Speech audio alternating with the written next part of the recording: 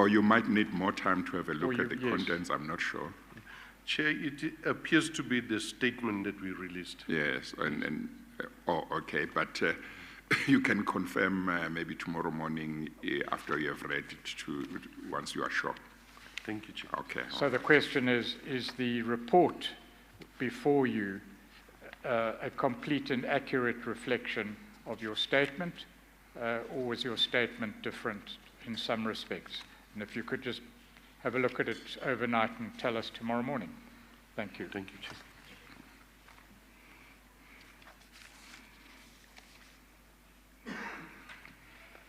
We're at paragraph 16 of your statement, Mr. McBride.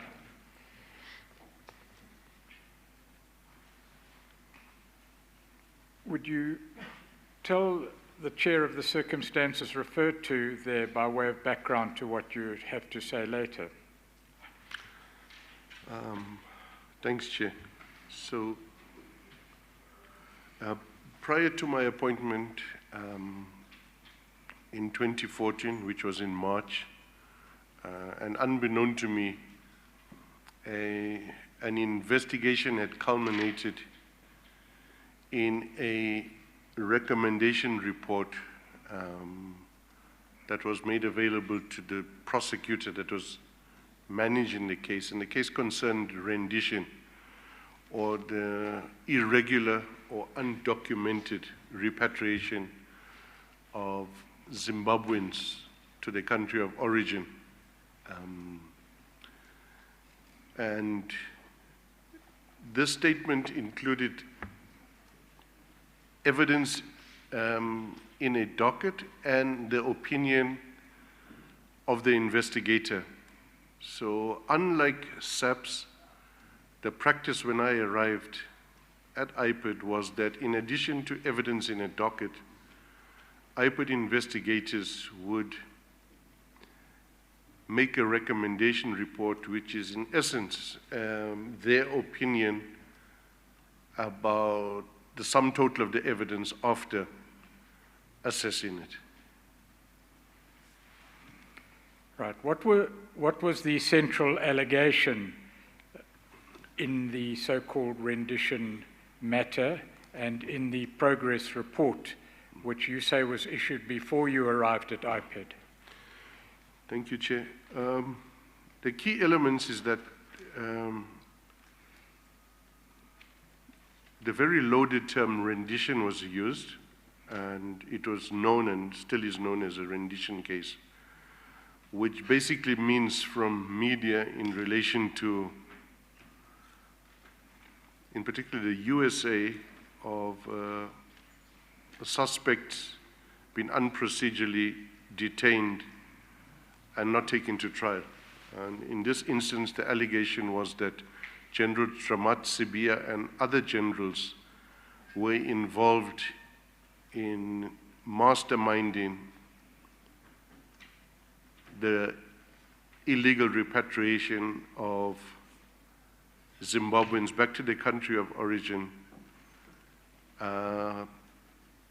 specifically, if we take the context of what it was called, to get them killed on the other side by their own authorities. Right. Did this progress report include any recommendation in regard to Messrs. Dramat and Sibia?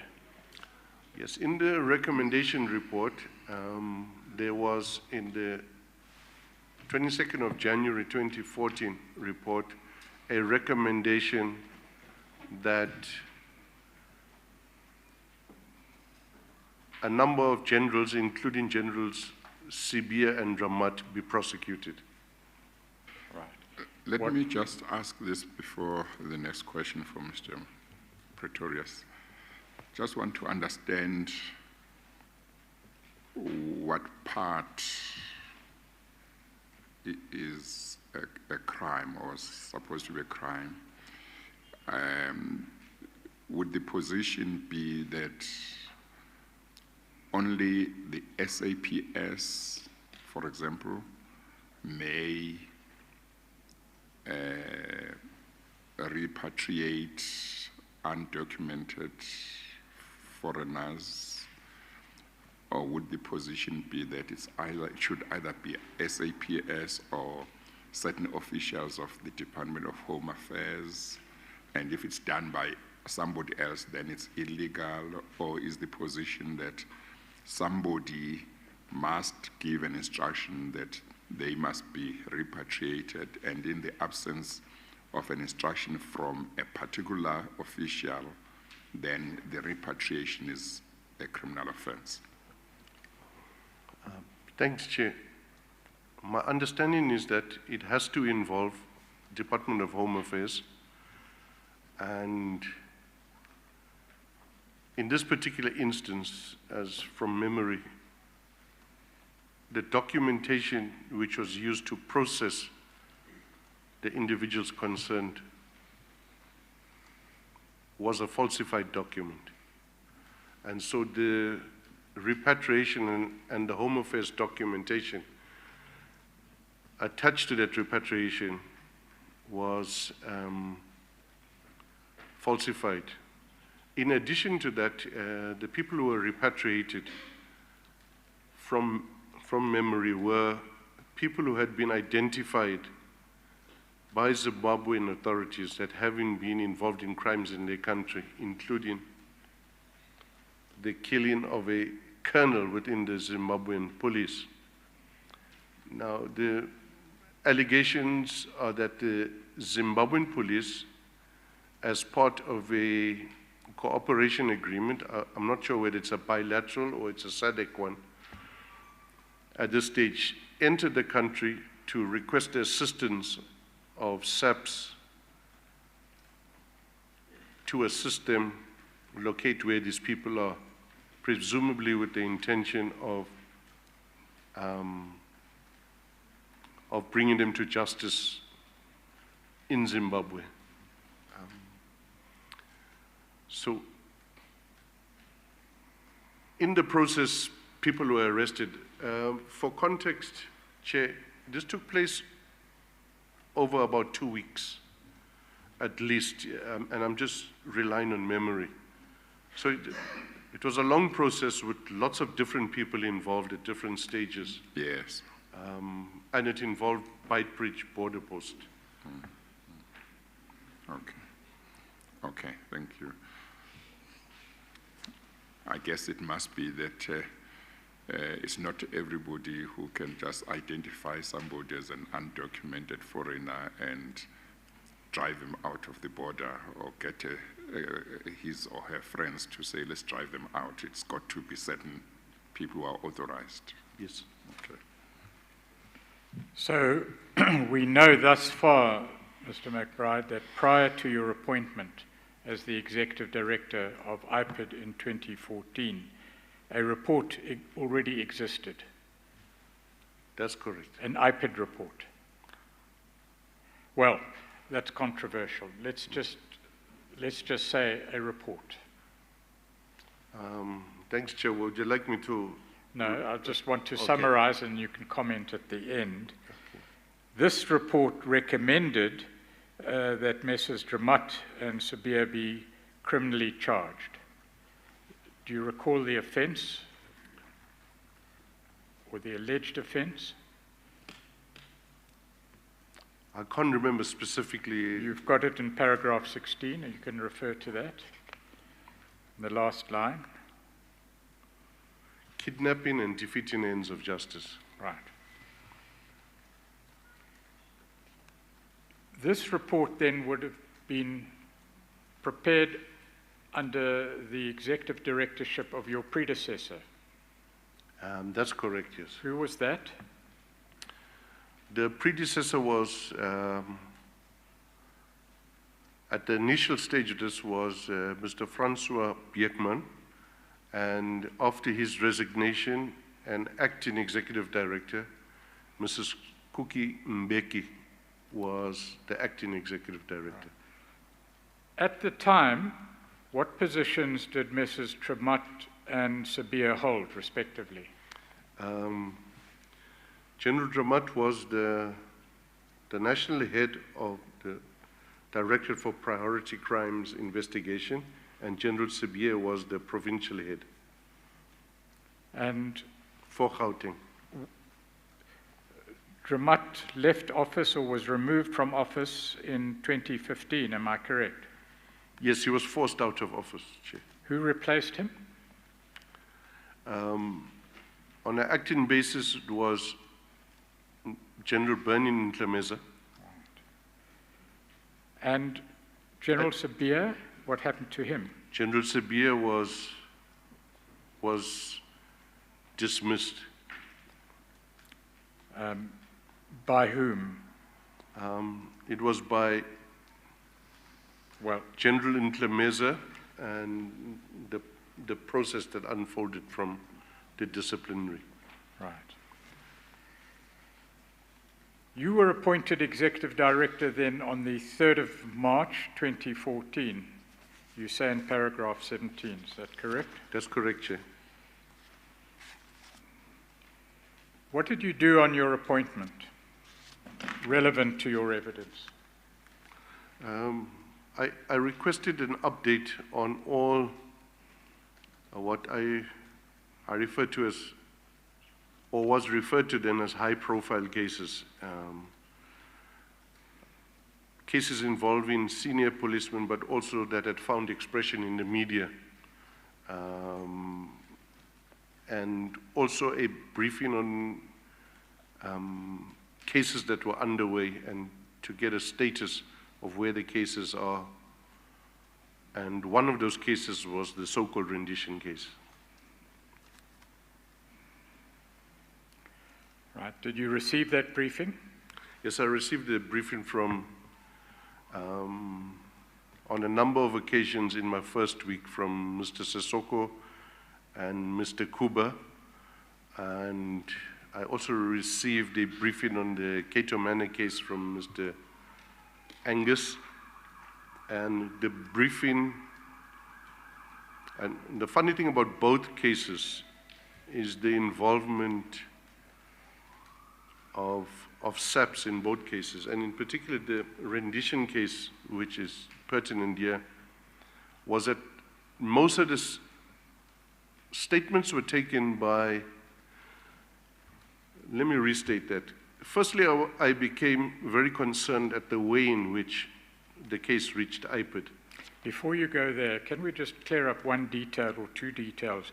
Messrs. Kuba and Sissoko are going to feature in the evidence. They will ultimately possibly also give evidence. Who were they? What positions did they occupy? Okay.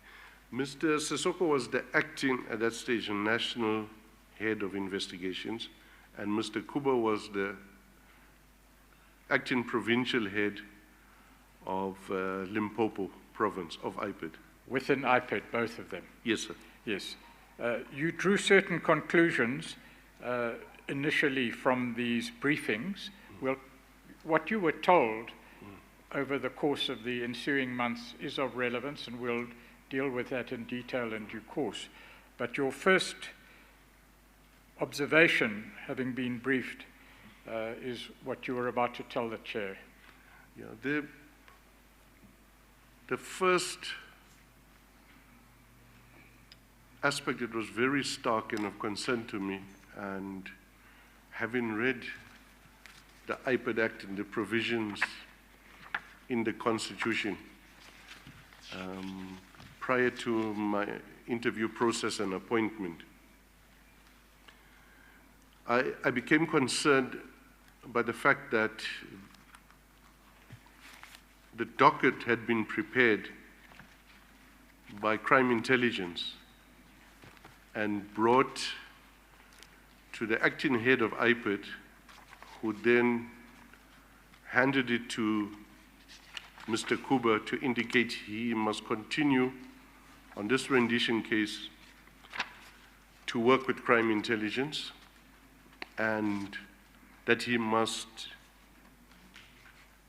circumvent reporting to Mr. Sissoko, who was his senior. And it was crime intelligence that then introduced Mr. Kuba to the prosecutor who became the prosecutor and involved in this case, and involved in disciplinaries later, Advocate Mosing. For me, the issue was, and I had raised it then, why is crime intelligence involved in your investigation? Are we not separate from SAPS now? From my understanding, we are separate and independent. And immediately upon posing that specific question, Mr. Kuba said to me, boss, it's the first time in my life I was called boss. Boss, let me be open with you from the beginning. I was concerned and scared about this case from the day it was given to me. And when he said that, it led me to ask further questions, and he elaborated, and he clearly was still shaken up then. And I then inquired as to what is the status of the case. And he told me that there's some outstanding statements, and there is a report on a statement analysis and cell phone records analysis on the suspects. And I inquired to him, what is the status of it? And he indicated that he has communicated with the NPA to add the new evidence, which he has now obtained, into the docket, and that the NPA, namely Advocate Mosing, has referred him to the South Gauteng Director of Public Prosecutions, Mr. Chauke, Advocate Chauke, to pick up the document and then add the additional evidence in. All right. We perhaps going a little too fast, surprisingly, into evidence which is later in your statement. Can I just ask this, Mr. Pretorius, before we proceed? When you were given the file or the report, whatever you were given, in regard to the rendition case, when you wanted to be updated on the high-profile cases, you have said that one of the things that you picked up was the involvement of SABC. Now, did you pick that up from the documents, or is that something that Mr. Kuba told you, or is it both? In other words, from the file or documents, could you tell that SABC had been involved, or was it the investigator who told you? Thank you, Chair. The briefings that were given to me in the first week were all verbal, oral briefings. At a later stage, when the new evidence was factored in, I was given a report which I had to sign off on in terms of the regulations, which is about the 8th or 9th of April. And that's when I saw a report. Yes. Yeah. So in the verbal reports, you were told about the involvement of SABC, but when you saw the report, there was also something to show that SABC had been involved. Yes. Absolutely. Thank you. Now, you've stressed to the Chair the statutory framework and the various judgments to which you will refer that emphasize the importance of the independence of IPID. Not only is it important, but it's indispensable to our law enforcement system. You've given that evidence. What function would criminal intelligence then, which is part of SABC and part of the regime over which you have oversight, what function would criminal intelligence then have in preparing such a docket, in conjunction with or for IPID? Generally, to my understanding, CI would not prepare documents. CI acts in support of detectives and DPCI in assisting them with their investigations and providing intelligence in which they can take the investigations further. And CI, to my knowledge, at present would not be involved with IPID. But more importantly, Chair, crime intelligence themselves, it's unusual for them to be carrying dockets and taking statements from witnesses and suspects. It's generally not their function. That's correct, Chair. It is not. And very often they do not even testify in court in order to protect their identities so they can continue doing the work that they should. So all of this together, and the way in which Kuba expressed his concern at how the matter was handled initially, made me to be on guard. A second issue arising from what you've just told the Chair may become important later when we talk of certainly the Worksman's report and your views on the Worksman's report. At the time of your first briefings, you say they took a week or so, Yes. where you were given verbal briefings. Yes. You say that you were told that certain information had to be added to or supplemented to an existing file, report, docket. What was the position? It was to be added to a docket, and round about the 9th of March, the status of the case are reported to the then Minister, Minister Mtetwa, that is in the process of being completed. There is these additional pieces of evidence that need to be added. So not only did I get a briefing, I reported to the Minister what the status is. And at some stage, around about the same time, I had requested a meeting with the Minister to give him a report on the status of all the cases. It was on my own initiative, and basically so that I know that I'm on top of things and that I'm dealing with it and that issues are speedily resolved. All right, before you go on, just to revert to one point which may become important. The information was to be added to other information already in the possession of the NPA, am I correct?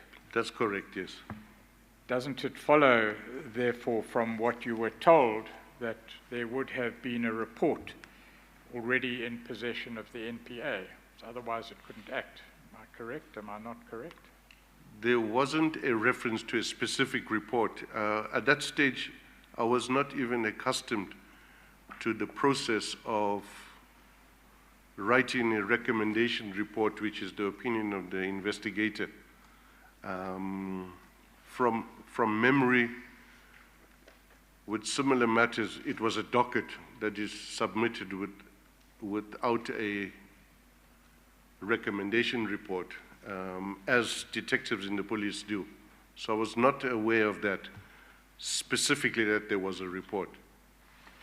And what was being added, and to what it was added, in my understanding, was a docket. Right, a docket containing certain information. Yes, and Because evidence. you know that in, you know that in the Worksman's report, Yeah. which we will deal with in due course, Yes, yes. it was found that you did indeed have knowledge of what has become termed as the first report? Well, at some stage, I would have had knowledge of it. And there isn't any issue with having knowledge of it. A recommendation report is the opinion of an investigator. But in the initial weeks, I didn't know that there existed a report or that these reports were done in the way in which they were done. Yes, we may return to that issue. Did you reach any conclusion, at least initially, in relation to what existed in the case file at that stage? Yes, Deal with I that had in paragraph 19. Yes, Chair.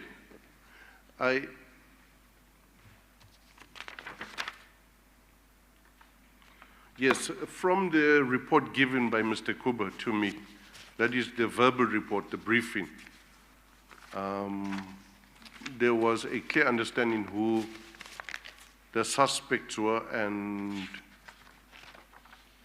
the roles they played. One of the questions I asked at that stage was, since this took place over at least 2 weeks, who was involved and at what stage? By this you mean the rendition, as we've called it. That's correct, Chair. Who was involved and at what stage, and what crime was committed at the various stages? And then I was given an explanation, and I then asked, and perhaps I was being a bit clever,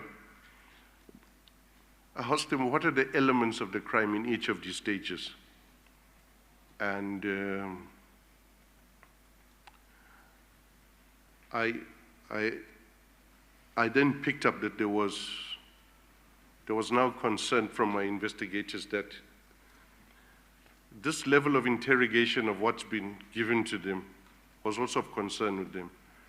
And after the initial briefings, it was then, which I said to the minister, we are finalizing the evidence, and all evidence will be reviewed on the basis of the questions that are asked related to who played a role where and who was associated with the various stages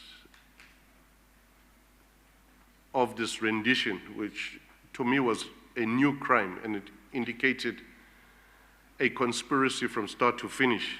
And that is why I needed to get a breakdown of who played the role where. And what the elements were of the crime. Exactly, Chairperson. Did you get an answer from Mr.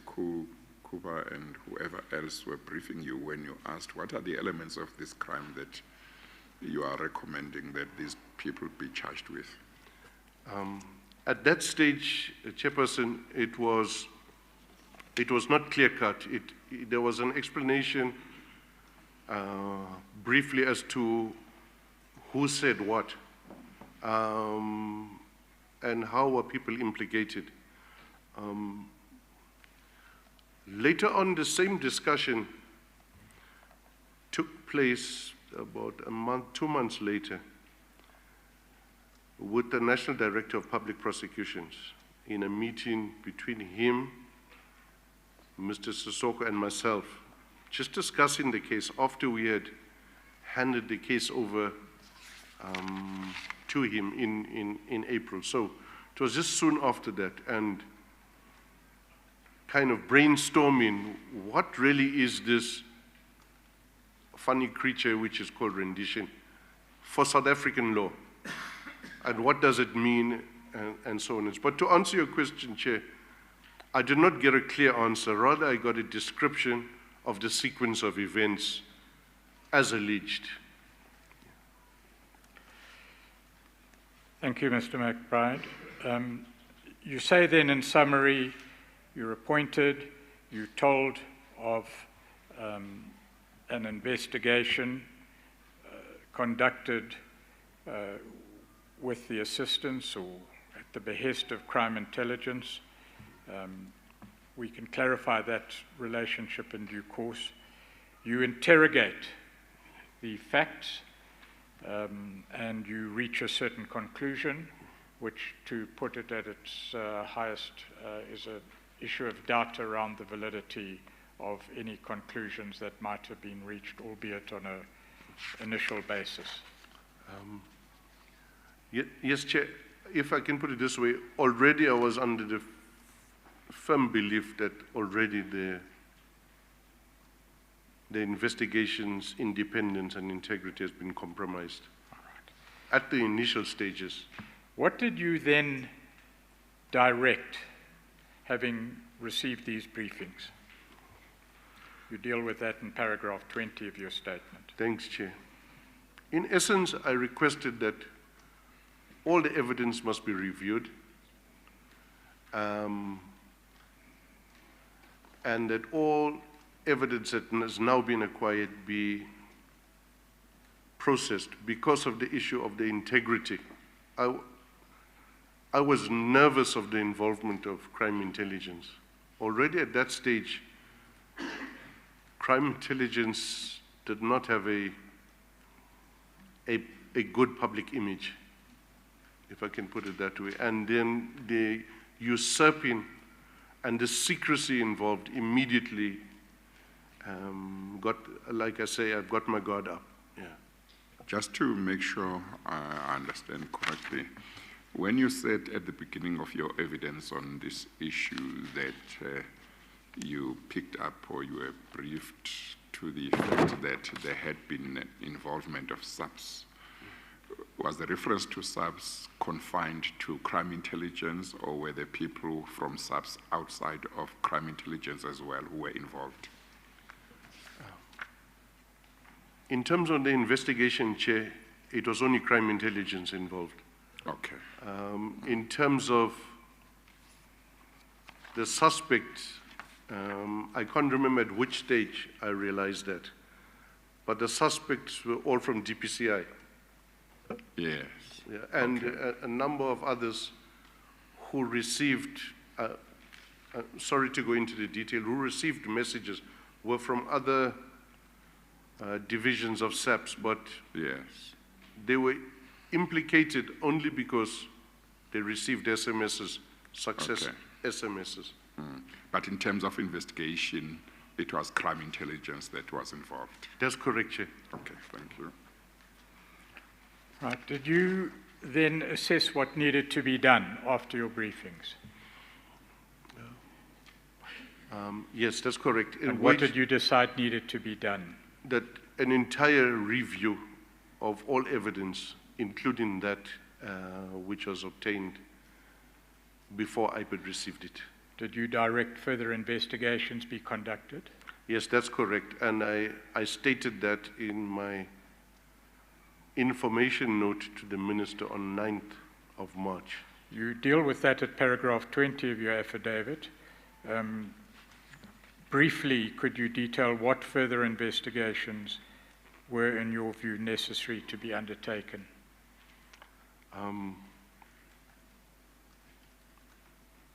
It was the extent to which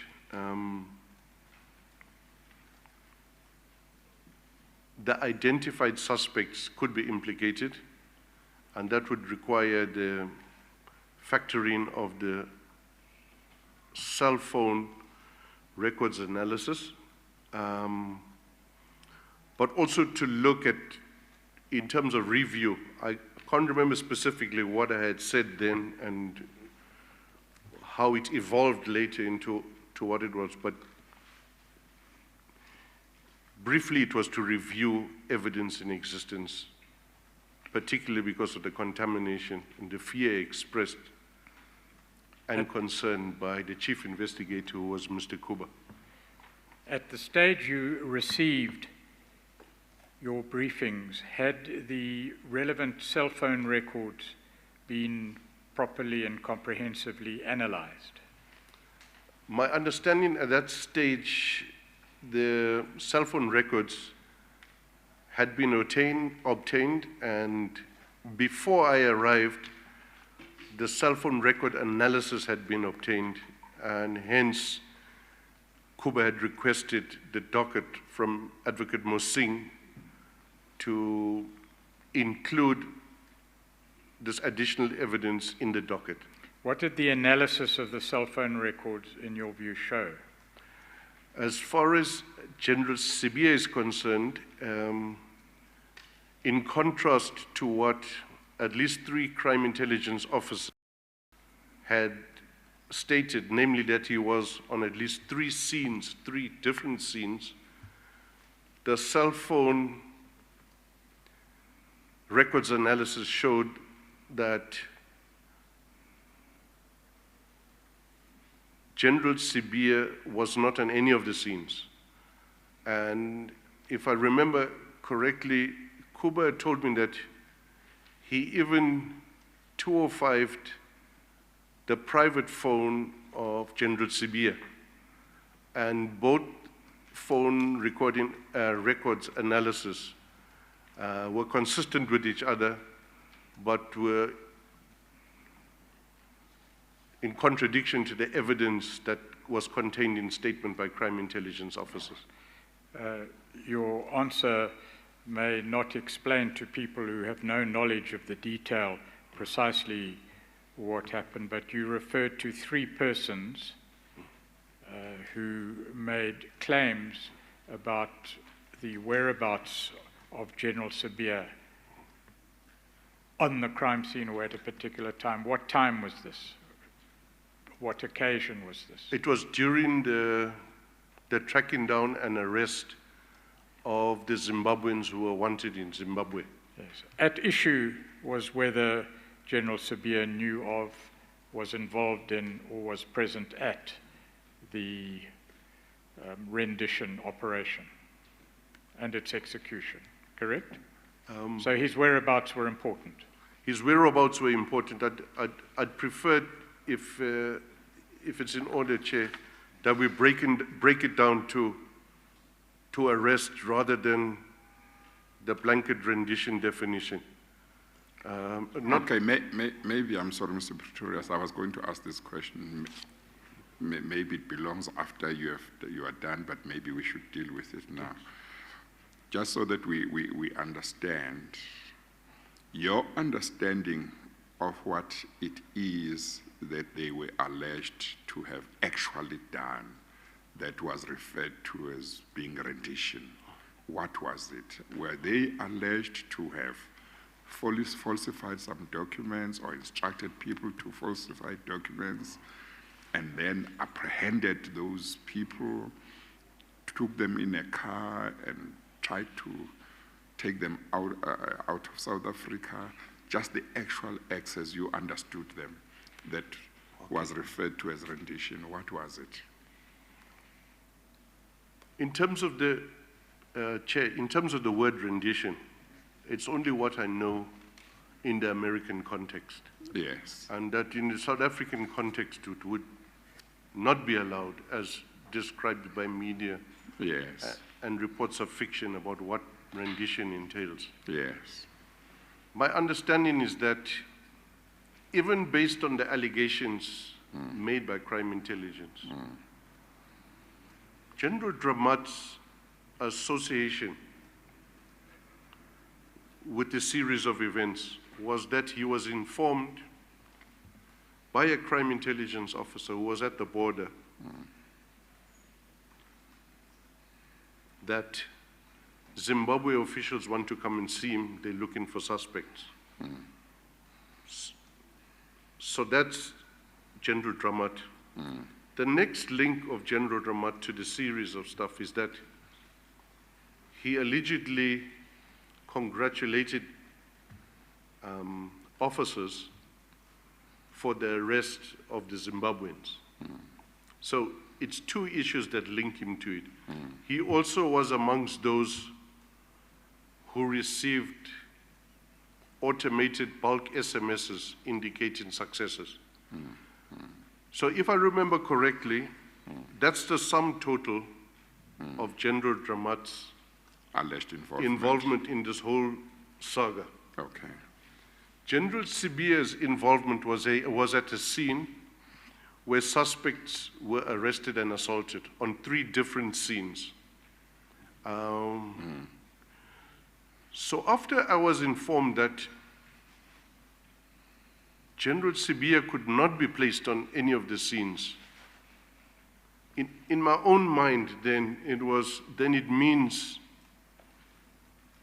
that the 3 witnesses from crime intelligence placing General Sibiya on 3 different scenes cannot possibly reasonably be true. And it just made me even more suspicious.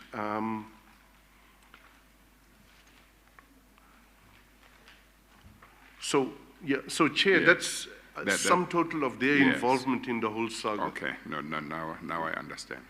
Just one fact which emerges from your answer now. The key witnesses in relation to the involvement of General Sibiya were from crime intelligence. That's correct, Chair. And the investigation was being conducted, at least in part, by crime intelligence. That's correct, Chair. And you said that, on your understanding, generally doing investigations and carrying dockets is not the normal function of crime intelligence. That's correct. My understanding, and I still have the understanding, it's not their function. Yes, okay. We may have to deal with some detail in due course, but I understand, and this is just to place Mr. Sissoko and Mr. Kuba on the scene. Did you give Mr. Sissoko any task? Remember, the reports had been given to you. It's careless use of word on my part, I'm sorry. The briefings had been given to you by Mr. Kuba, correct? That's I'm correct. sorry, Yes. did he have a rank? Perhaps I should give him due recognition. Was it Mr. Kuba, or did he have a rank at the time? He was the acting provincial head. All right, well, let me not bother then. Mr. Kuba gave the briefings to you. Yes, and one of the issues there, Chair, if you'd allow me, was that he had been told by acting executive director Kuki Mbeki not to involve Sissoko in the investigation.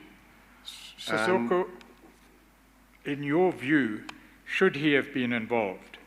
Absolutely, sir. He was the head, the national head of investigations, and he was the direct supervisor to Mr. Kuba. Right. Did you then task Mr. Sissoko with any mandate? Yeah. Yes. In both Mr. Kuba and Mr. Sissoko, I directed that Mr. Kuba must report to Mr. Sissoko all developments in the case, and that Mr. Sissoko must oversee the process of review. Before Mr. Procedural asks the next question, just to make sure one follows the sequence. So you arrive at IPID after your appointment. You call for a briefing on all high-profile cases. Yes. One of them is one referred to as the Rendition case, Yes, Chair. in which the suspects were General Dramat and General Sibiya. You get given a briefing. In terms of that briefing, you are made to understand that there is already a docket that has been sent to the NPA. You get that briefing, and in due course you brief the minister, and you get concerned when you get the briefing about certain features of this matter. And at a certain stage, you then ask Mr. Sissoko to effectively be the one to whom Mr. Kuba would report about this matter. At that time, you have been told by Mr. Kuba that there was further evidence or further documents that he wanted to be added to the docket that was at the NPA. Is that correct so far? That's correct, Chair. Yes. Now, as I understand the Act, and I haven't read the whole of it, and from what you have said, I saw that there's a provision that the executive director must refer matters that require criminal prosecution to the NPA or relevant authorities for prosecution. So now, at that stage when you were briefed, did you get to know whether what had happened, namely the sending of the docket to the NPA, that represented the referral of the matter for prosecution, and whether, did you also get to know whether it had been referred by the acting director who was before you? Thank you, Chair. What had happened between the period of Mr. Bjekman's resignation and the appointment of the acting executive director, at the stage in around about November 2013, when I had been nominated for the post subject to approval by Parliament, according to what I was told, was that Mrs. Mbeki had actually stopped coming to work. In fact, I never ever met Mrs. Mbeki. And Mr.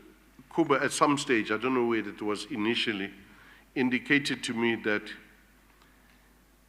there was pressure placed on him by Advocate Mosing to bring the docket in December already. And he had indicated to Advocate Mosing that the procedure is that the executive director must sign, and that Advocate Mosing was still insistent that he gets a docket to him as soon as possible. Later on, I found out that during November or December 2013, prior to the docket and the recommendation report reaching Advocate Mosing, there was other pressure placed on Mr. Kuba by General Ntlemeza, who was Deputy Provincial Commissioner in Limpopo, where Mr. Kuba resided, and the two of them knew each other from police work and investigations within the province of Limpopo. And I was not made aware of it in the first engagements with Kuba. At some stage later on, when he explained sequence of events in further detail, he indicated that General Ntlemeza, and he can answer for himself if and when he testifies, had said to him that he's holding up his progress by taking along with the report. So for Kuba, he was under pressure to get whatever he had in the docket and whatever conclusions he had come to at that stage, in the absence of additional information that was outstanding and possibly, and now we know, exculpatory evidence being included in the docket and being factored in and considered. And that's how it came to be that the two factors, the unavailability of Mrs. Mbeki and the pressure placed on him to deliver the docket with the recommendation report to Advocate Mosing. So am I correct that from what you say, your understanding is that that docket was sent to the NPA, Advocate Mosing is from the NPA, Yes, sir. was sent to the NPA without it being signed or sent by the acting executive director. That's correct, sir. And in addition, it was also not signed by the National Head of Investigations, the acting National Head of Investigations. Mr. Sissoko. That's correct, Chair. Yes, but your understanding is that he would have had to sign it normally before it was sent off. That's correct, sir, because Yes. in this instance, Kuba is the investigator. Yes. He has to take it to his supervisor. Yes, And his supervisor was Mr. Sissoko. yes, So it would have to be cleared, corrected, before it's passed over to the executive director to sign off on it, to get it to the NPA. So that process was purposefully omitted by the instructions of Mrs. Mbeki. So Mr. Sissoko was overlooked in terms of having to play his role in that docket or report. And then from what you had, the acting executive director had played a role and said Mr. Sissoko should not be involved. That's correct, sir. And consequently, it was not in terms of procedures and accepted practices of IPID. But in terms of the acting executive director having signed, I assume there would have been a place for her to sign. You do know that she had not signed anywhere, or you are not sure? At the stage when I was briefed, I was not aware, but I subsequently became aware that she did not sign, and Okay. only Mr. Kuba signed. Yes, okay, thank you. Thank you. The Chair referred to the provisions of the Act, and if I may just place on record again Section 7(4) of the IPID Act, which reads, "The Executive Director must refer criminal offences revealed as a result of an investigation to the National Prosecuting Authority for criminal prosecution and notify the Minister of such referral." It seems that task in terms of the Act is visited on the Executive Director. Yes, that's correct. Although we do know that matters may be transferred through other channels, and we'll try and find that as well. You yourself have told us about that. That's correct.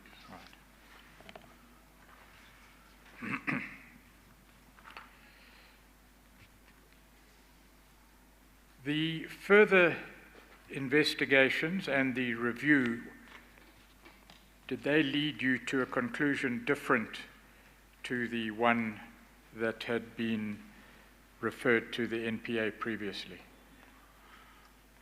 Chair, at the time when the finalized recommendation report with a completed docket, and I say completed docket advisedly because even as recent as 2016, whilst we were still out on suspension, and that whole entire docket had been given to another investigator, officials of NPA had requested additional information. So even in terms of what we believed was a completed docket and quite conclusive, there was still additional information, which is the normal process in terms of where there's a case and some elements missing. But at the time when the report was given to me to sign off on as per the recommendations made by Mr. Kuba and Mr. Sissoko, there was a conclusion that one of the DPCI members who had not provided any version, but there was evidence to indicate he was involved in the irregular documentation for repatriation, was recommended to be prosecuted and to be disciplined. Other generals, which included the present head of DPCI, and I remember a General Toka, I remember a few other generals' names mentioned. Sabir? General Sabir. General Sabir I think the wording that was used at that time of the final report was the evidence that he was on the scene or involved could not sustain a prosecution. And in respect of General Dramat, what was the outcome of the further investigations? In terms of the analysis, as I recall, it was to the effect that whether General Dramat received a phone call from the crime intelligence officer at Beitbridge. We don't know what the conversation was about. There was an instance of a meeting, which I forgot to mention earlier, of General Dramat and the Zimbabweans, police officers. If the meeting did take place, there's no minutes kept, we don't know what was discussed. And on the SMSs received by General Dramat, there was no response to them. In fact, one of the success reports did not even go to General Dramat, allegedly went to his personal assistant. There's no evidence. And even if, my understanding was, even if all that was alleged, mainly by crime intelligence, was correct, it would not constitute the elements of a crime. So that was the answer to my initial question when we received the final report. Because in sum, and in summary, you say that as far as General Dramat is concerned, the evidence was, as I understand what you're telling the chair now, was simply that he was invited to discuss a matter, and after the event congratulated certain police officers. That was the evidence. In fact, just to clarify, Chair, after the arrest of presumably the wanted suspects, so that would be a normal procedure within the DPCI, within police also. Success reports, it's to do with morale, it's to say work well done. And it's in that context to understand that those congratulatory messages was to encourage people to continue doing good work. In any event, as I understand your position, is that after the briefings, after directing further investigations, you concluded that the elements of the crimes with which, or in respect of which there was an initial proposal, Generals Dramat and Sabir be charged, could not be countenanced. It could not be sustained. There was now exculpatory evidence. And actually, Chair, it would be wrong to exclude or not to factor in the exculpatory evidence. What happened then on the 18th of March 2014 in respect of these matters? If my memory serves me correctly, we submitted, and I would like to request you just give a small context. During that period, where you need to, you may refresh your memory by looking at the statement. Thank you, Chair. We're at paragraph 21. Okay.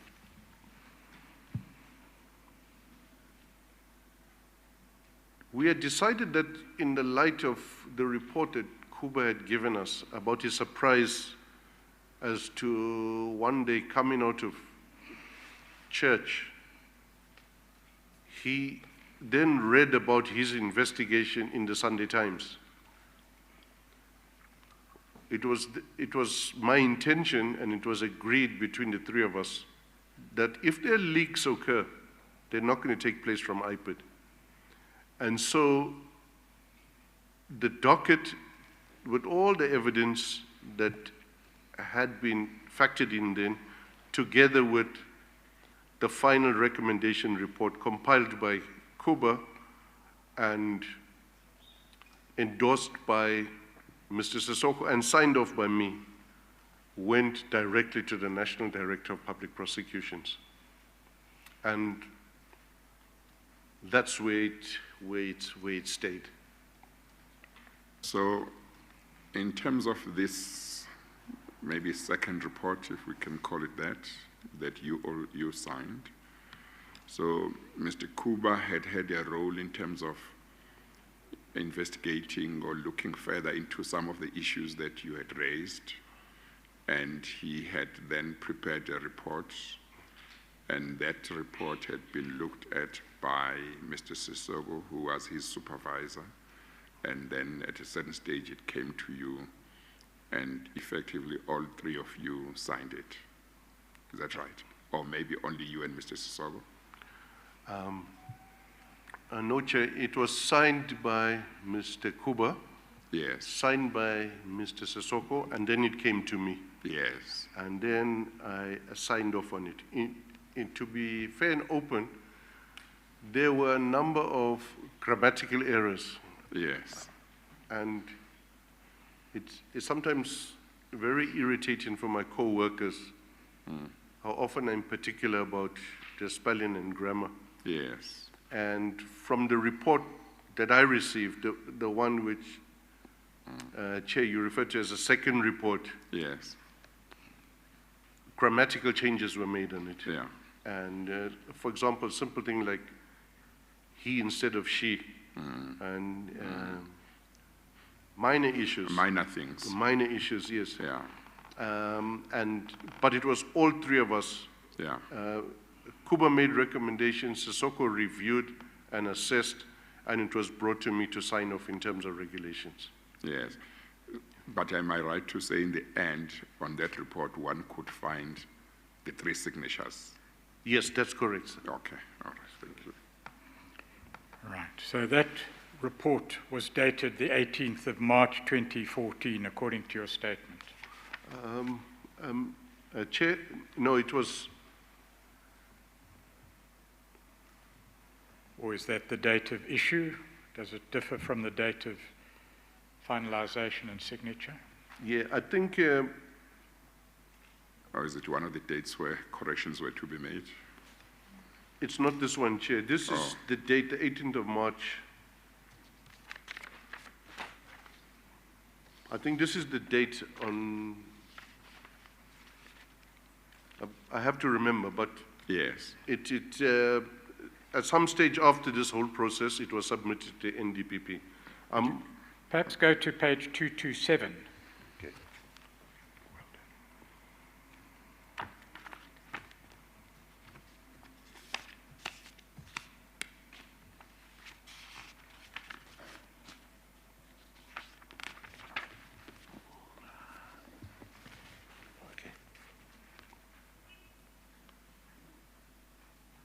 Yes, I have it. So it was submitted by Mr. Sissoko to me on the 18th of March.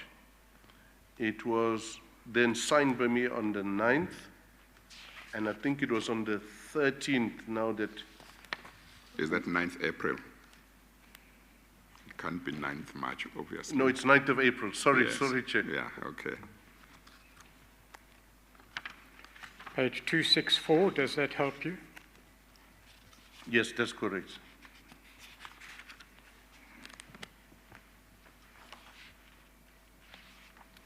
It seems that you signed it on a different date. That's correct. What date was that?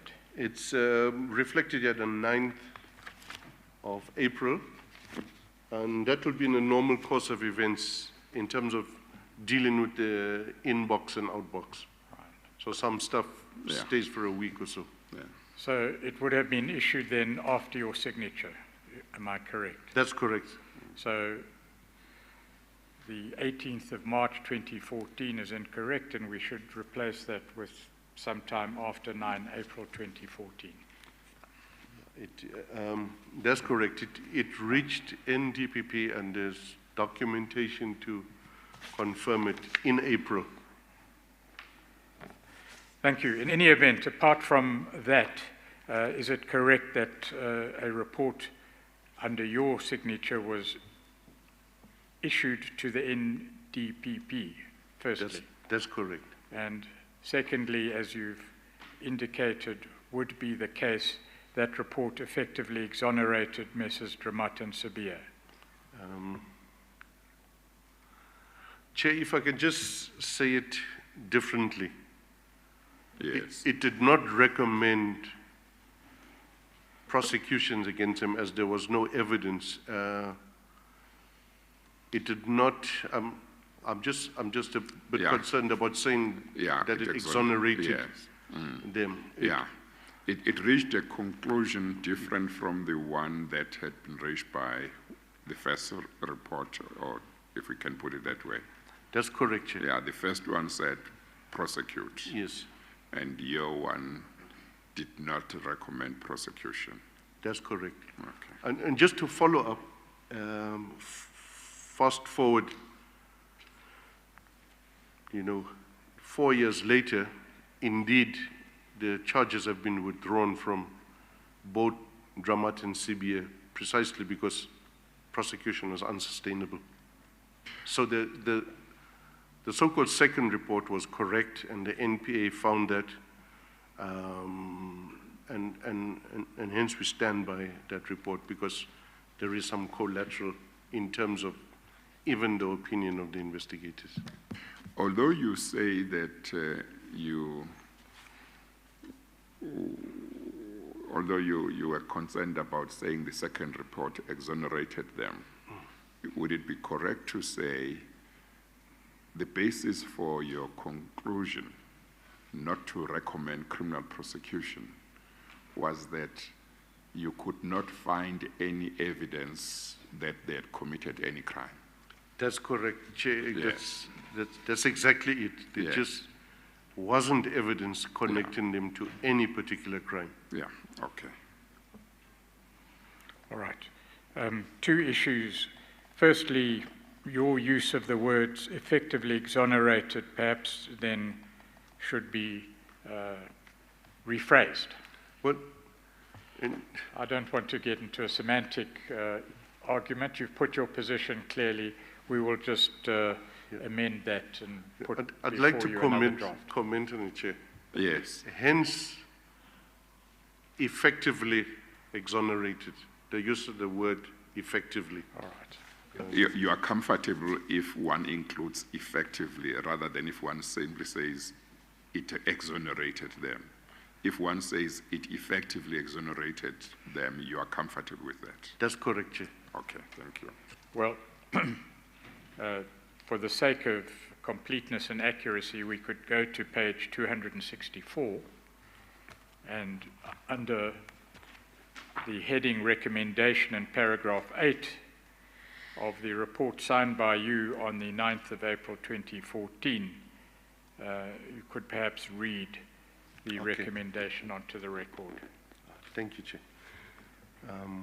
Based on the available evidence, the Independent Police Investigative Directorate recommends that no charges should be brought against Lieutenant General Dramat and Major General Sabia. The investigation established that there is no prima facie case against them. However, with regard to Lieutenant Colonel Malulega, there is a prima facie case to sustain charges of kidnapping and defeating the ends of justice. Did you say that Mr. Kuba had signed the first report, docket? He had? Yes, that's correct. Okay, all right. In paragraph 22, you deal with the involvement of the then Minister of Police, Minister Nkleko, in the matters related to the issuing of what you call the final IPID report in paragraph 22. Please explain what happened there. At some stage after the appointment of Minister Nhlego, a reference group was established by him. My understanding is that ministers have in their powers the authority to establish groups that provide advice or evidence, and this group was involved in finding out a number of cases, and they came to speak to, amongst other people, IPID, and questioned us on a number of cases. And in the reference group was Advocate Mathenjwa, and Advocate Kruger, who visited us at IPID. And they asked us, Advocate Kruger dealt with other cases, and Advocate Mathenjwa asked questions about the so-called Rendition saga. Mr. Kuba was present to brief them, and he briefed them. My impression was Advocate Mathenjwa was not too happy with the explanation. He then, soon after that, Sorry, with what explanation? Of what had taken place with the case, and that we had recommended no prosecution. So this would be August 2014. Okay. And a few days later, or no, it could even been a month later. I'm sorry, may I just interrupt you, Mr. McBride? I may have missed something. There was a team of people who came to ask questions about certain matters. Mathenjwa was one of them, Kruger was another one. They are coming to ask about questions. Did you connect it with the Minister of Police at that time, or not really? Chair, absolutely, because Yes. it was the minister that established the reference group, and when they... Oh, they were in the reference group? Yes. Oh, okay, now I understand. Okay, thank you. And at some stage after their visit, and they may have visited us once or twice, I think the initial time, Mr. Kuba was not around because he was based in Limpopo, but I think I arranged for him to brief them as he was the investigator on a number of cases, including Cater Manor they were interested in, and including the case of General Pienaar, with respect to General Lamour in Western Cape, which was cases that we were involved in investigating. All these cases preceded my arrival at IPID. In any event, a few weeks or months later, Mr. Kuba reported to Mr. Sissoko that Advocate Mathenjwa requested the entire docket, or a copy of the entire docket of the Rendition saga. And according to Mr. Sissoko, Mr. Kuba told Advocate Mathenjwa that he must ask the executive director for it. Soon after that,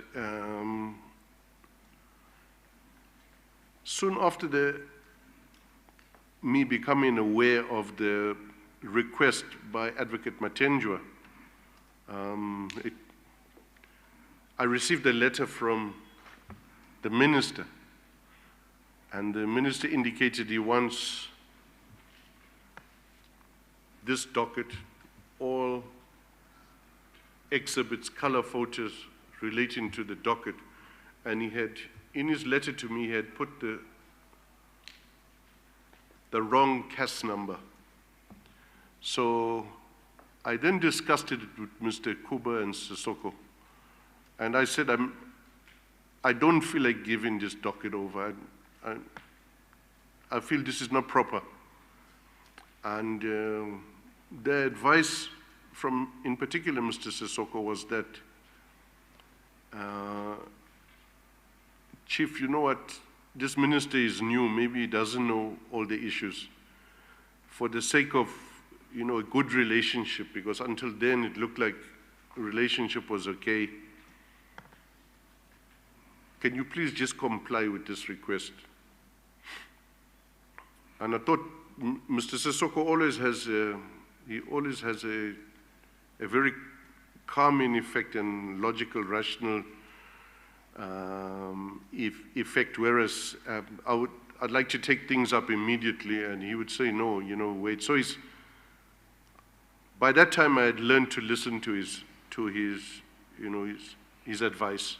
Was it like a good sounding board, so to speak? Yes. And he'd always take a very common sense approach, maybe? Absolutely. And I then complied with the request to the minister, and in my last sentence of the letter, the info note to the minister, I indicated that, firstly, that he's indicated the wrong CAS number. But I know which CAS number he means because the member of the reference group asked for it.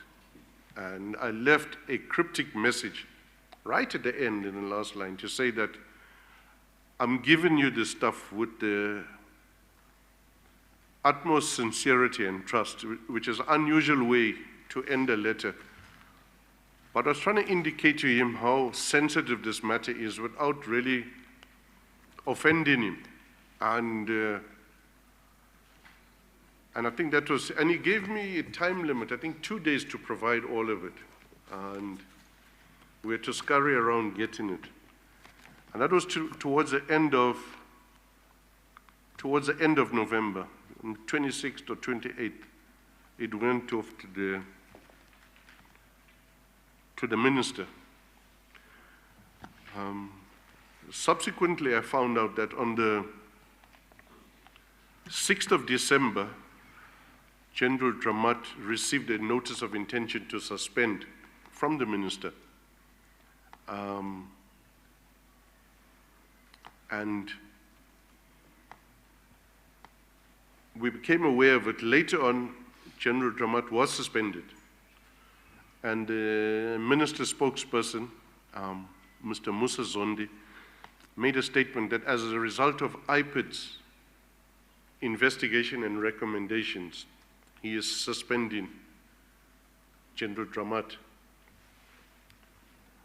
And I realized this is something wrong because the recommendation report, together with a copy of the docket that we had sent to the NDPP and now we had sent to the minister, did not recommend disciplinary steps or criminal prosecution of General Dramat.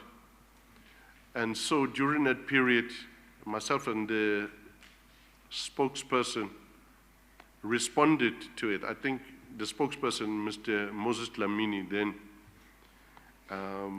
made a statement. IPID spokesperson or ministerial spokesperson? No, the IPID spokesperson. Yes. That we did not recommend. During the same period. Sorry, just before you go on, had Minister Nhleko gone public in relation to the reasons for the suspension of General Dramat? That's correct, Chair. It was around about the 22nd of December. Dramat is suspended and they make a statement. And when you say he had gone public, is that through his spokesperson, or apart from what the spokesperson said, he also may have said something publicly? Thanks, Chair. No, it was through the spokesperson's statement. Okay. If memory serves me correct, it was in response to queries being asked by the media as to the reasons for the suspension. And importantly, what was the justification given in the public statement? That IPID had recommended disciplinary action, but action should be taken against General Dramat. Yes. Which you say was not correct. It was not correct because I had not given any statement or any briefing to the NDPP or the minister that indicated that action should be taken against General Dramat. Ultimately, I'm sorry, Mr. Pretorius. The documentation that you gave to the minister pursuant to his request, was it in the form of the file or docket that IPID had? Yes, Chair, it was a copy of the entire docket, Yes, and of the recommendation report, yes, the one referred to as the second Yes. recommendation report. yes. There's a full copy of that, and Yeah. it was actually on Mr. Sissoko's advice that we kept a copy. Yes. And so a copy of that copy we submitted to the minister. Oh. Now, is that because the original had gone to the NPA? I see you say you were to keep a copy of the copy that you sent to the minister. Where was the original? Had it gone to the NPA? It had gone to the National Director of Public Prosecutions, yes, sir. Yes. So, as far as the NPA is concerned, would the position be that when they received the report that you signed, their file or docket would have both what we refer to as the first report as well as the second report, or was the first report withdrawn when there was a second report? Chair, it was only the report that I had signed That they had. that they had. What had happened to the first report? Well, I'm not sure of it, but Yes. at some stage soon after that, it then, towards the end of December 2014, it then surfaces in the media. The first report. Yes. So my understanding is when Kuba retrieved the docket, he did not retrieve that preliminary report with him, just the docket, because that's what's carrying the evidence and the original evidence. So, Sorry, Chair. yes, did you finish? Just to say from my side, my knowledge, the minister did not receive any other report from me except the one that does not recommend any disciplinary or criminal action against General Dramat and Sibia. Oh, so certainly from you, he only received the one that did not recommend any disciplinary or criminal prosecution. That's correct, Chair. If he did have the first one, he certainly didn't get it from you. That's absolutely correct, Chair. Yes, yes. But you say you are not sure, or are you sure whether Mr. Kuba had retrieved from the NPA what we have been referring to as the first report, and I don't know if that's accurate, whether it was a report. You don't know, or you do know that he had retrieved it? Chair, my understanding is that he didn't. He did not. He did not. Okay. And okay. the reasons why I'm saying so, at some stage,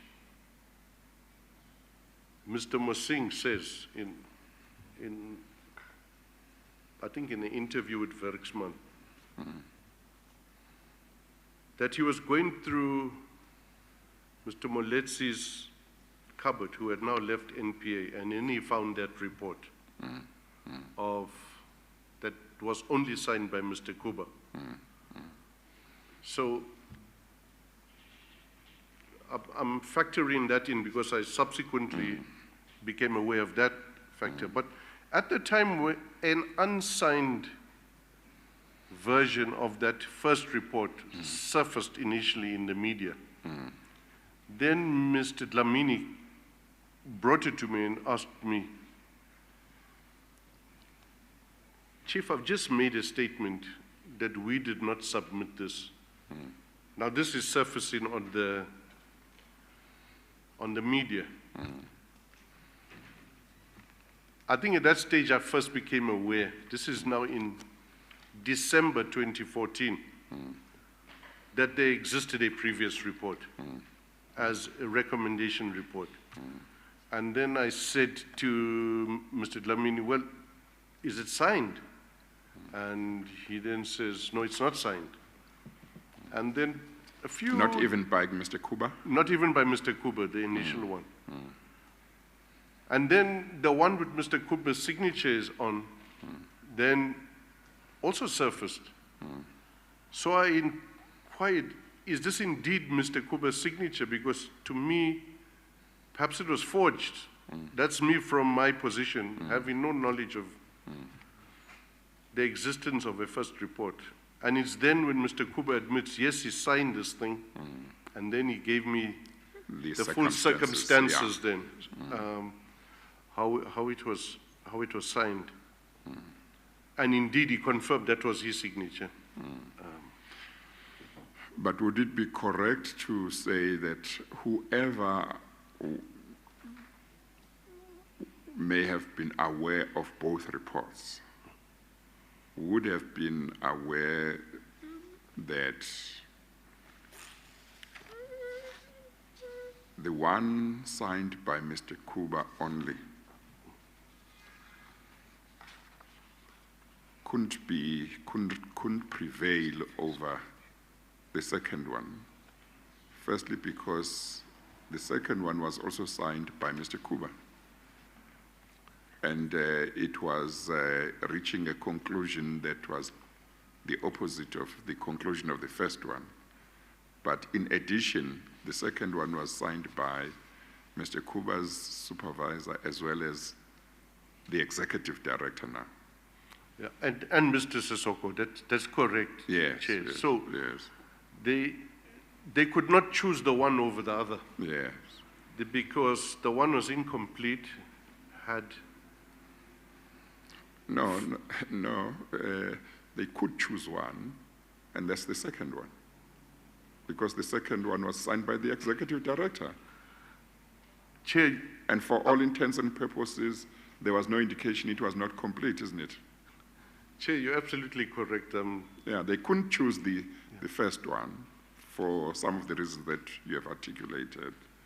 But anyone aware of the two, if he had to choose, it could only be the second one. Yes, Chair, if they were looking for the truth, they could only choose the second one. If they were looking for something else, they would ignore the one that I signed. Okay, thank you. You referred to the first or provisional report, in inverted commas, surfacing. Was that a leak, to your knowledge? Was it an authorized release of the first report? To give context, Chair, it was my suspicion was that Advocate Mosing, and I'll tell you why I'm saying Advocate Mosing, the reference group, and the minister were not aware that it's at the NDPP, the report that I signed. And the minister and the reference group received that so-called first report through their own means and not through any procedure, and acted upon it. And that is what caused the confusion. If I could use a funny analogy, they pulled the trigger prematurely without checking and did not look at that report that I provided and the docket to the minister. All right. So because they were not interested in it. So what I understand from your answer is that there was a level of intrigue somewhere, you don't quite know where. That is my suspicion and that is my belief. Right. And the unfolding of events seems to strengthen that suspicion. Yes, but I return to my question, Mr. McBride. Yes, the provisional report, or yes. the first report, you say surfaced in the press. Yes. Was that an official release by a person authorized to release it to the press, or was it what we now know, the term leaked? Chair, it was a leak.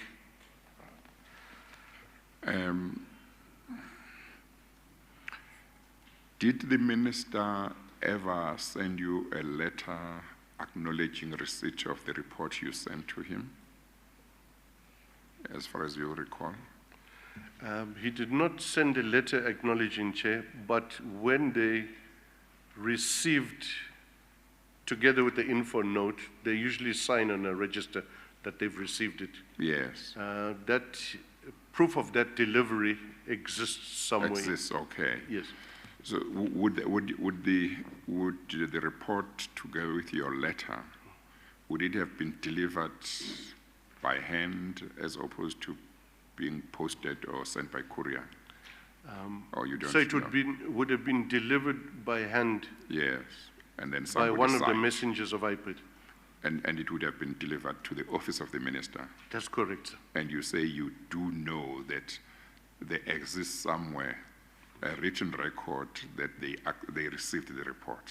That's correct. That is the minister's office. Yes. Do you have an idea round about when it would have been in 2014 when they received the report, the minister's office received the report? It would have been, if there is a document that might help you, feel free to have a look. it's the 25th or 24th of November 2014. Of November. Yeah, and I was given 2 days to respond. Yes. So the reply would have reached the minister within 2 days. Yes, or around 27 or 27th or November, 28th yeah. latest, yeah. And the announcement that General Dramat was suspended, when was that announced publicly in relation to the minister's receipt of your report? Are you able to remember? The suspension took place around about the 22nd of December, a few days before Christmas. Oh, so that's about 3 weeks or so after the minister's office had received your report. That's correct, Chair. Just to give further context, the notice of intention to suspend Yes. General Dramat arrived on the 6th, Dramat received on 6th of December. So it's okay. probably within the week of receiving. Of receiving the report. Yes. But certainly, from what you say, when General Dramat received the notice of intention to suspend him from the minister, your office had delivered your report to the minister's office. Absolutely, sir. And when the decision was taken to suspend General Dramat, the report had long been delivered to the office of the minister. That's correct, Chair. Yes, and you don't know how and whether he may have had any other reports. I have no idea how he would have received it. Yes, but you say that the announcement or the spokesperson of the minister said that the suspension of General Dramat was based on a report of IPID, making a recommendation to that effect or something like that. That's correct, Chair. Okay, thank you. Thank you, Mr. McBride. The contents of the provisional or first report and of the final report signed by you will be dealt with in due course in a little more detail. But to summarize thus far, you came into office, you were told of an investigation labeled the Rendition investigation. You directed certain further investigations take place and that the original information be reviewed. And you signed a report then in April 2014. That was That's submitted, correct. and that report was submitted to the NDPP. That's correct. In Maybe December of the same year, then, General Dramat was suspended, it seems, on the basis of the provisional report and not on the basis of the final report. One can only assume that. Right. That's the implication, at least, of your evidence. That's correct, Chair. And in public, through his advisor, perhaps, the minister relied apparently on the first or provisional report to justify the suspension of General Dramat. That's correct. Ultimately, as a result of what you've described, what happened to General Dramat? What was the outcome? If you'll allow me, Chair, just before that, there is another Yes. occurrence that happens. Yes. Round about the 8th of January, there was an 8th of January rally. That's now 2015. 2015, sir. Yeah. In Cape Town. During that period, I was doing what we refer to in the public services cold-face work, working with investigators on the ground, understanding what they go through in Cape Town. I was then contacted by one of the people who I'd initially met with the reference group, who is, his surname is Khadebe, that's how I know him. And he then came to the office of IPID in Cape Town and met with me, spoke to me, and said that the minister is here and can I come and see the minister? Is that Minister Nkleko? Minister in Clearwood. And it was Here being where? The minister is here. Can you come and see him? he was at the stadium where the rally was being held. Or was this a political rally? Yes, it was a political Oh, rally. okay, all right. So I indicated to him that, look, I don't have accreditation to go in. And he indicated to me that he will get someone to meet me. Eventually, I managed to get to the minister, and the minister was in the meeting with me, and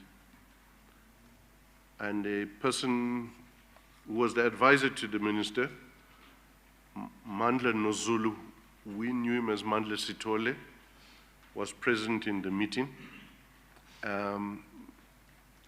Khadebe left the meeting, he didn't sit in. And the minister asked me about a number of cases, including the case of General Pienaar. But the key issue was, I then said to the minister, you've made a mistake with General Dramat. And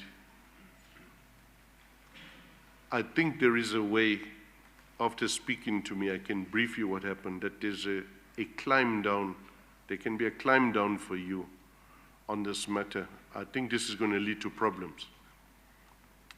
And the minister said to me, oh, that's a good idea, I'll think about it. And I didn't hear from him on this matter again. Instead, he said, by the 13th or 14th, can you finalize your report on the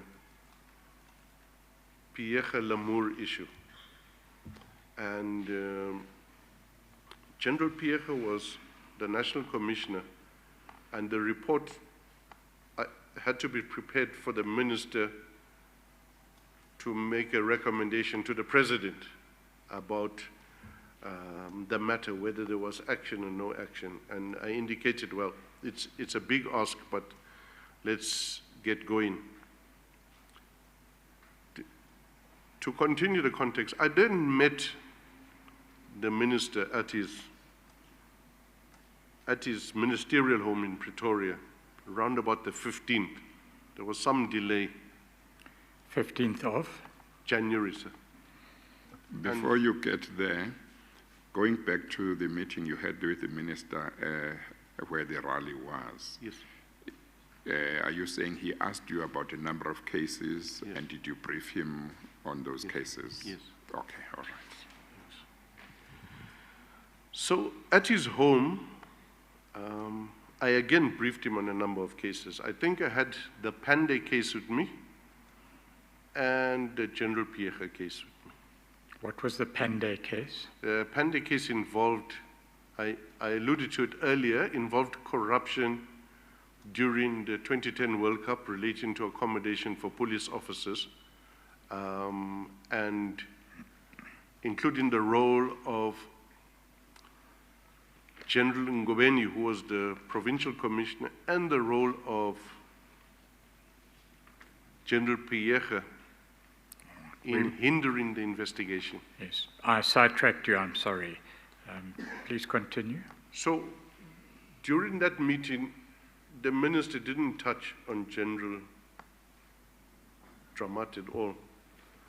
Rather, when he looked at the recommendations relating to General Pienaar as it related to interference in the Boyson investigation into Pande and General Ngobeni, the minister said, well, your comrades in KZN will not be happy with this.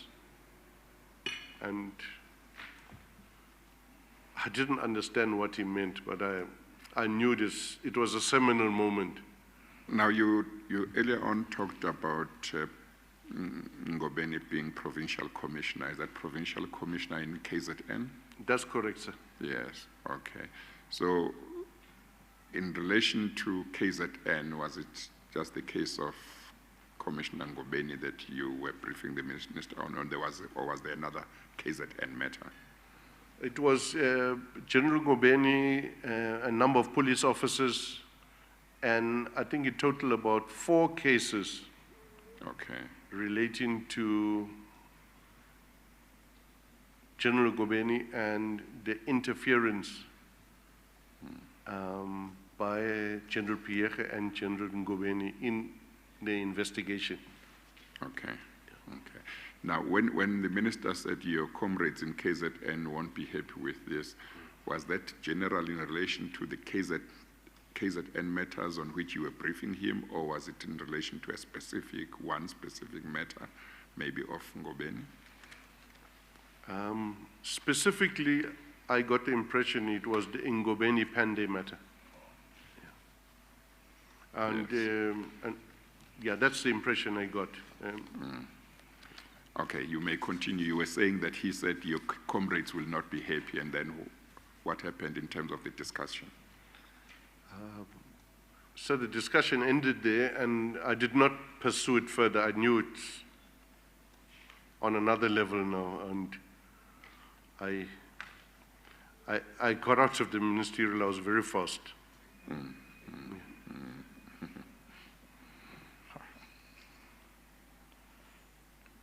Yes, Mr. Pretorius. I had asked you, and you had intervened with this evidence in relation to the ultimate fate of General Dramat arising out of these incidents. I'm fast forwarding just to explain to the Chair the context and outcome. My apologies, Chair. There's like so much different angles and yes, a lot of no, detailed information. So yes. What happened to Dramat ultimately? Dramat was suspended. Ultimately, was forced out of the service, and he was forced into a early retirement package. And who replaced him as head of the Hawks? That was General Ntlemeza. Right. Now, when you met with the minister at the rally in Cape Town, you had said something to him about the General Dramat matter, namely that there was going to be a clampdown. But my understanding, and you must tell me if my understanding of your evidence is correct, is that on that occasion, the two of you did not discuss details about it. Is that correct? Or did you? In other words, did you tell him why you were saying that, what your view was about his decision and so on? Chair, I raised the issue with him and said Minister, you're wrong. You need to climb down on this one. And he didn't even bother to listen to me. He just said, that's a good idea, I'll consider it. It was kind of dismissive, and so it wasn't a case of maybe we must find another time to discuss it. My impression earlier on was that it was like there would be another time to discuss it. That's not what was arranged. No, Chair, his focus was on General Pierre. Okay. Where is that? Yes. That okay. case. Okay. Now, I would expect that this also has something to do with the reference group, whatever report they gave, because they were asking about General Pierre also to us. With General Pierre on the particular case, we also did not recommend criminal prosecution, because the issue was, and I'm sorry to go off on a tangent, but just there is context to it and it gives direction. So the issue was, did General Pierre improperly warn General Lamour that there was an investigation against him? And this is based on an intercept between the two generals talking, which was recorded by crime intelligence. And in the recommendations that came out of the matter, which our recommendations were, and the DPP of the Western Cape agreed with the recommendations, that the discussion could not have been a warning to General Lamour, because the discussion was taking place against the background of a parliamentary question being asked about whether there is an investigation against General Lamour.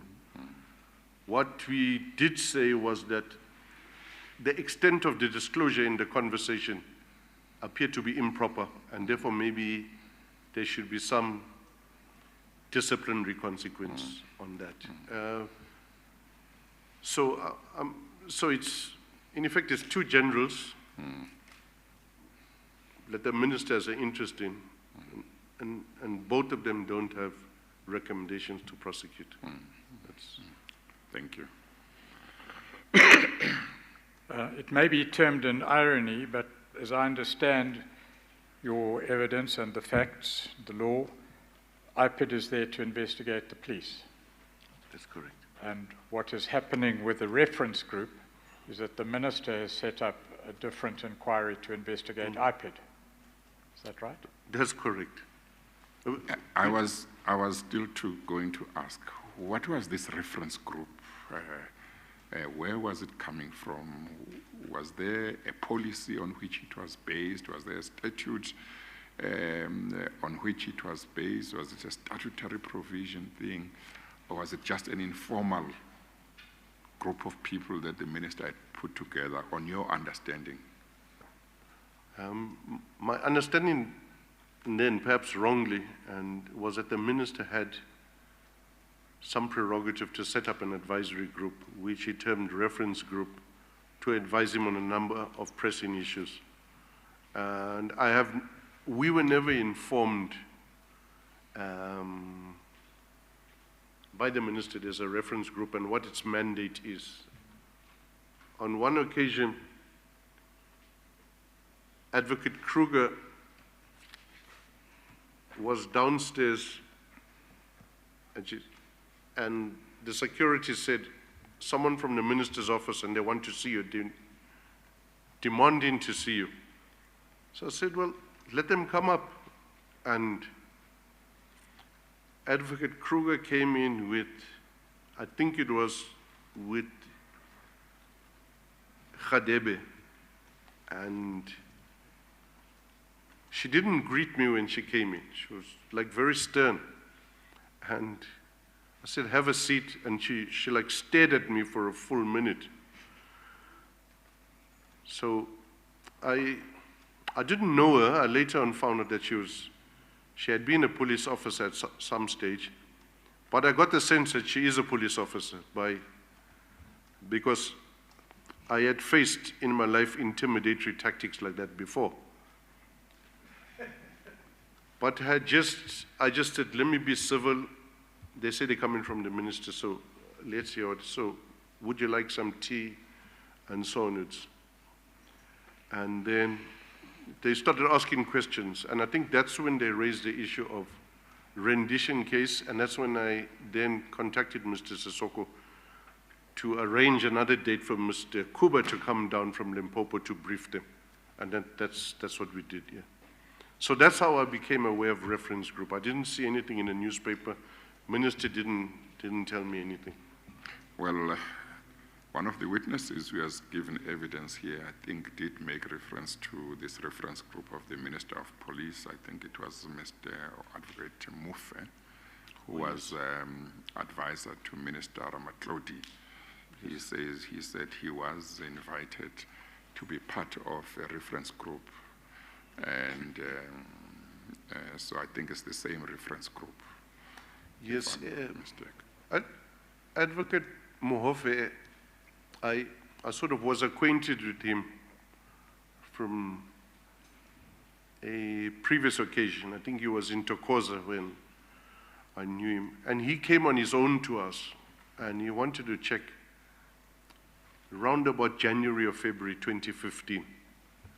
And he says to me he wanted to really know what's going on with the rendition in a very collegial way. And then we explained, and it was not with the other team. Advocate Mofe was alone then. I explained to him, and Mr. Kubo was there, and Mr. Sissoko was there. And he then said to me before parting, he said, no, I now have heard you now, I understand, I'm satisfied. And he left, and my sense was that he was sympathetic with the circumstances we found ourselves in. Yes. At that moment, yeah. Okay, thank you.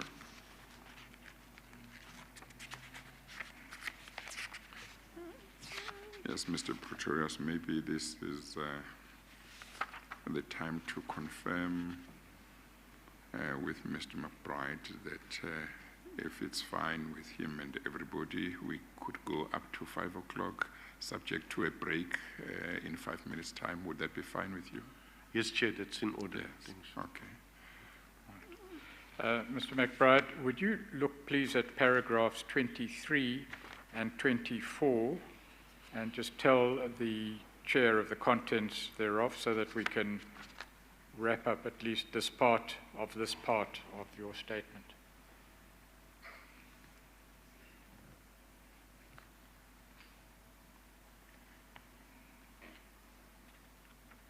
I think you might have to repeat. I'm not sure that he understood what you were asking. Yes, if you would just look at your statement at paragraphs 23 and 24. Yes. It just in part summarizes and in part introduces new facts, but it wraps up the evidence that you've just given. That's correct. Just would you put that on record, please? Okay. So we then repudiated the minister's statement that he had suspended Dramat on the recommendations of IPID, and a response was given by Mr. Tlamini, who was a national spokesperson.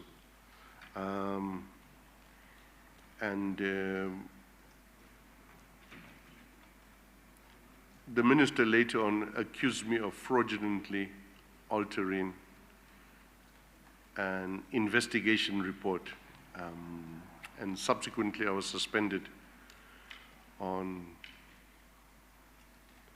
it looks like, Chair, it's the 25th of March, yeah. I think that's the right date at 24. Oh, yes. Just before you go on, we'll come to that issue in due course, because that is the subject matter of the Worksman's report, which is a matter of some controversy between yourself and Worksman's, and we'll deal with that in detail. But the first point is that the minister justified the suspension of Mr. Dramat on the basis of the provisional first report. And your response was that the minister was wrong because there was a proper second report signed by yourself. That's correct. That's correct.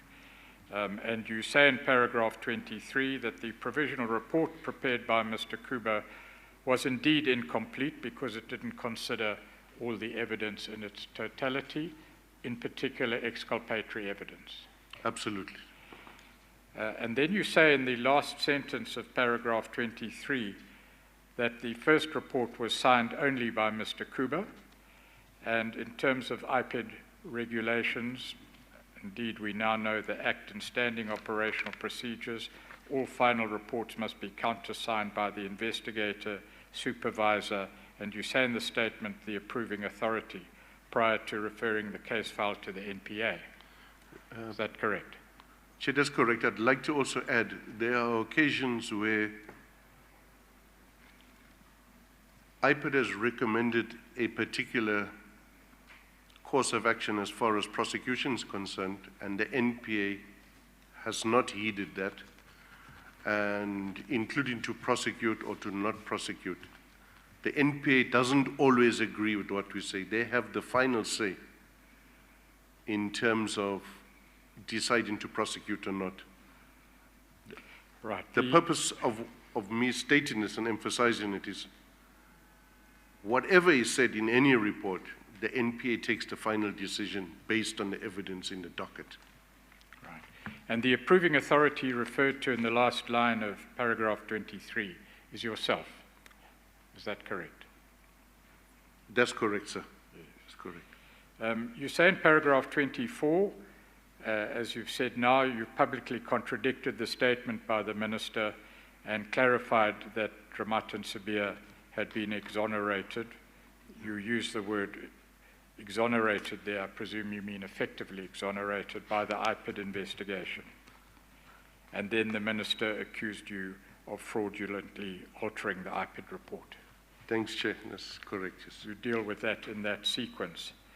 That's correct. And then you were suspended. I'm sorry. I guess that you had no choice but to tell the public what the position was, because now the minister, through his spokesperson, had told the nation that his decisions to suspend General Dramat was based on a recommendation of your organization, and as head of the organization, if that was not correct, you had an obligation to put the record straight, or not? No, absolutely, Chair. We had to. We were also stung and dumbfounded by the allegations against us, and what became clear as the minister not acting in good faith, and the minister on a path that has been decided. And later on, I'm sorry, Chair, just to go into the, later on I become aware of that, the conversation of the previous year of Mr. Kuba and General Intlemeza in Limpopo. I also become aware that at the time of 2014, if December, the same day that I might be a day or two out, the same day General Dramat receives his notice of intention to suspend, General Intlemeza meets with Kuba again, or phones him, and says, watch, there's going to be a hit on Dramat, watch the media. And that's, by coincidence for me, it's the same day. So what happened in 2013 when Minister Nhlego was not there, Intlemeza is already pushing Kuba to speed up his report. Reportedly, so is Advocate Mosing. And then when everything comes to maturity and fruition, General Intlemeza then tells Kuba, watch the media, there's going to be a hit on Dramat. It seems a path was chosen and people are on it. And as much as I tried to look at another reasonable possibility of why this is happening to us, I could not come up with a reasonable misunderstanding of the minister's decisions and the path that we were now on. And any belief that the minister might be mistaken or might be wrong or has a misunderstanding of the law was now completely wiped away. And that is why I then realized I had to speak up and then also approach the courts. Anything less than that would be an attack on the independence and integrity of myself and of IPID and of the investigators who work with me. And therefore, we had to speak up. Am I right that in your earlier evidence, you also said that you understood from Mr. Kuba, and I guess he will confirm if he gets called. You understood from him that when Mr. Ntlebeza was putting pressure on him to send the docket or report to the NPA, he said that report that was to be sent to the NPA was what was holding his progress back or something like that. That is correct. That's what you said? That is correct. That was in November, December 2013. Yes, okay. That is before even the first report now reaches Mosing. Yes, but you were being told this after your appointment as... Yes, that's yes. correct, sir. That's okay. correct. Yes. Thank you. Chair, there will be direct evidence of that conversation. Okay, thank you. Is this a convenient time for Yes, 10 I minutes? think so. It's 4 minutes past. We'll take a 10 minutes break, but we'll return at 1:15. Thank you, Chair. We adjourn.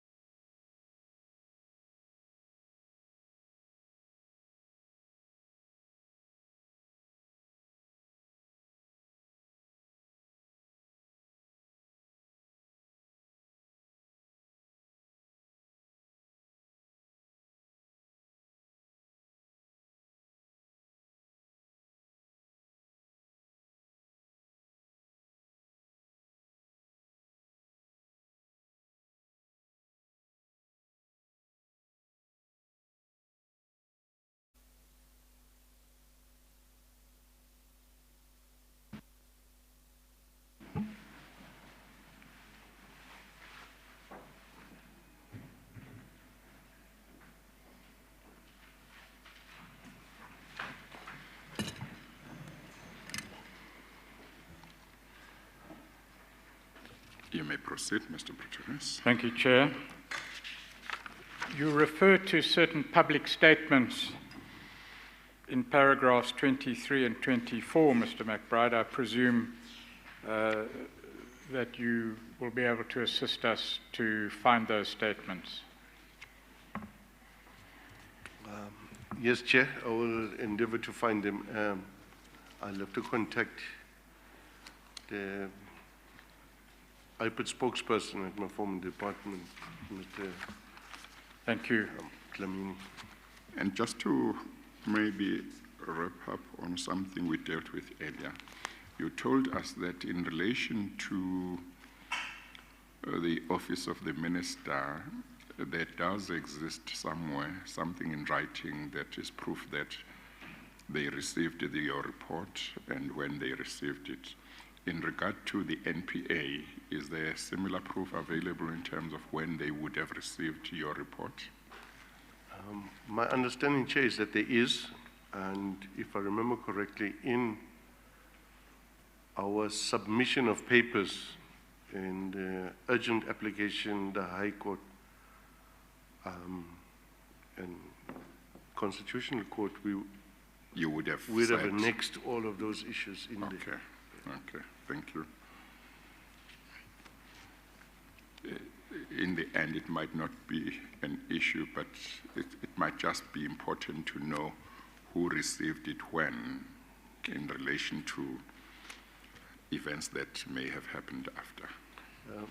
Sorry, Chair, the only issue for some of the documentation, I might not have access to it now because it's with the IPID. Yes.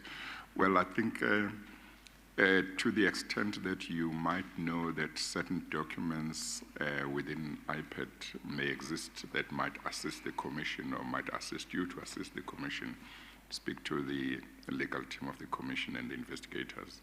I'm sure that can be sorted out. Thank you. Thank you, Chair. Mr. McBride, just to refer to certain statements made on oath by Mr. Kuba, the document at page 1225 of bundle C, YC, what is that document?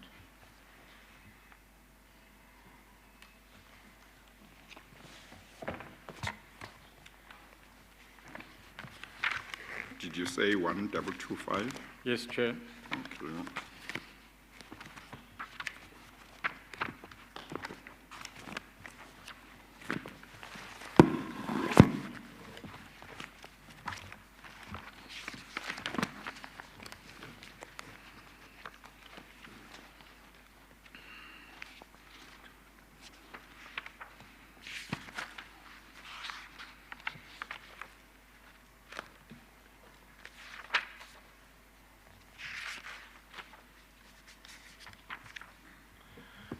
Thanks, Chair. This document is a supporting affidavit of Mr. Kuba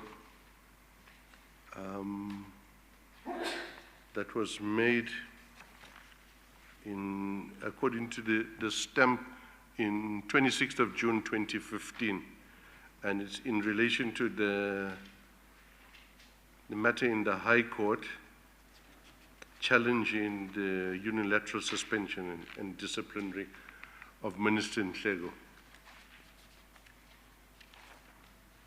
Yes, in terms of the date, you referred to the stamp. That must be the date when it was filed in the High Court, I would imagine. But at page 1247, which is the last page of the affidavit, there is another date there, isn't it? In terms of when it was deposed to. 19th June is the date that appears there, 2015. That's correct, Chair. Yes. I would imagine that it's when the entire bundle was Yes. Yeah. authenticated. It's perhaps appropriate to deal with this affidavit at this stage, although it is possible that Mr. Kuba will give evidence. The full story from his point of view is set out here and I'm going to refer you to certain paragraphs, if I may, to see what you say about those paragraphs.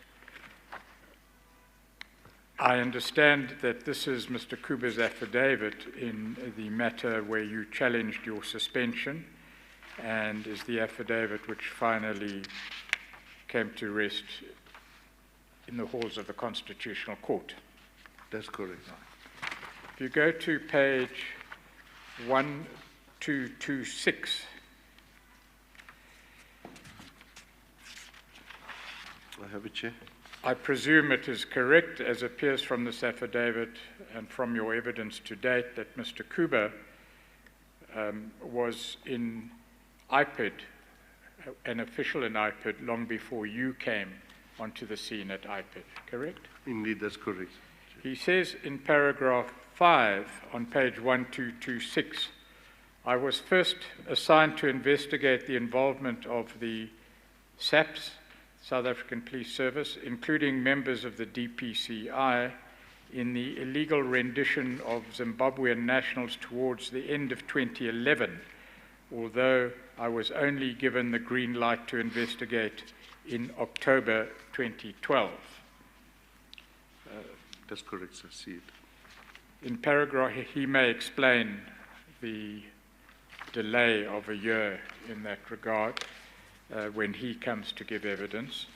Paragraph 6, he says, the circumstances in which the case was initially investigated and assigned to me were very unusual. He then refers to the report in the Sunday Times alleging what was referred to then as an illegal rendition, which appeared during or about October 2011, which resulted in questions in Parliament. Do you see that? Yes, I see. And it appears from paragraph 6.2 that your predecessor, Mr. Bjerkman, instructed Sissoko, the then acting Chief Director of Investigations at IPID, to initiate an investigation. Correct? That's correct, sir. It then appears that Sissoko appointed Kuba to head the investigation. But it seems that shortly after that appointment, both Sissoko and Kuba were instructed to hold off the investigation, apparently on the instruction of the then Minister of Police, Mr. Nathi Mthethwa. Do you see that? I see this. It was only about a year later, during October 2012, that a Colonel Maukangwe from SAP's Crime Intelligence Gathering Division came to Sissoko's office at IPID. And at that stage, it appears that in the intervening period, Crime Intelligence, the intervening year to which we've just referred, Crime Intelligence were indeed investigating the matter. Is that your understanding of what happened? That's correct, yes. Maukangwe handed over the docket that Crime Intelligence Gathering Division had opened into the renditions matter, and advised, according to Kuba in any event, advised Sissoko that an investigation had already been conducted by Crime Intelligence Gathering. Sorry, Chair. And that the matter was now being handed over to IPID on the instructions of the Minister of Police, Mr. Nathi Mthethwa. Is that your understanding of what occurred? That's correct. Kuba continues to say that shortly after I began my investigations, I briefed Mbeki on the case and informed her that I would consult with Sissoko in the course of the investigation. Now, Mbeki was, as you've told the Chair, your immediate predecessor, Executive Director, IPID, correct? That's correct, sir. He says that, as Kuba says, that it was common practice to consult with your immediate superior. Is that your understanding of the practice within IPID? Yes, that's correct. You've said so. Kuba continues to say, as the national head of investigations at IPID, Sissoko was ordinarily consulted and briefed on all national investigations. Kuba continues to say in paragraph 6.6 on page 1228, to my surprise, Mbeki categorically instructed me not to work with or discuss the investigation with Sissoko. Mbeki instructed me instead to collaborate with Maukangwi from CIG, that's Crime Intelligence Gathering, in the conduct of the investigation and to keep this collaboration secret. This was the first and the only time that I had received such instructions about an investigation. Now, to the extent that the facts in paragraph 6.6 may be found to be correct after all the evidence is heard by the chair, is that circumstance, or are those circumstances unusual or questionable?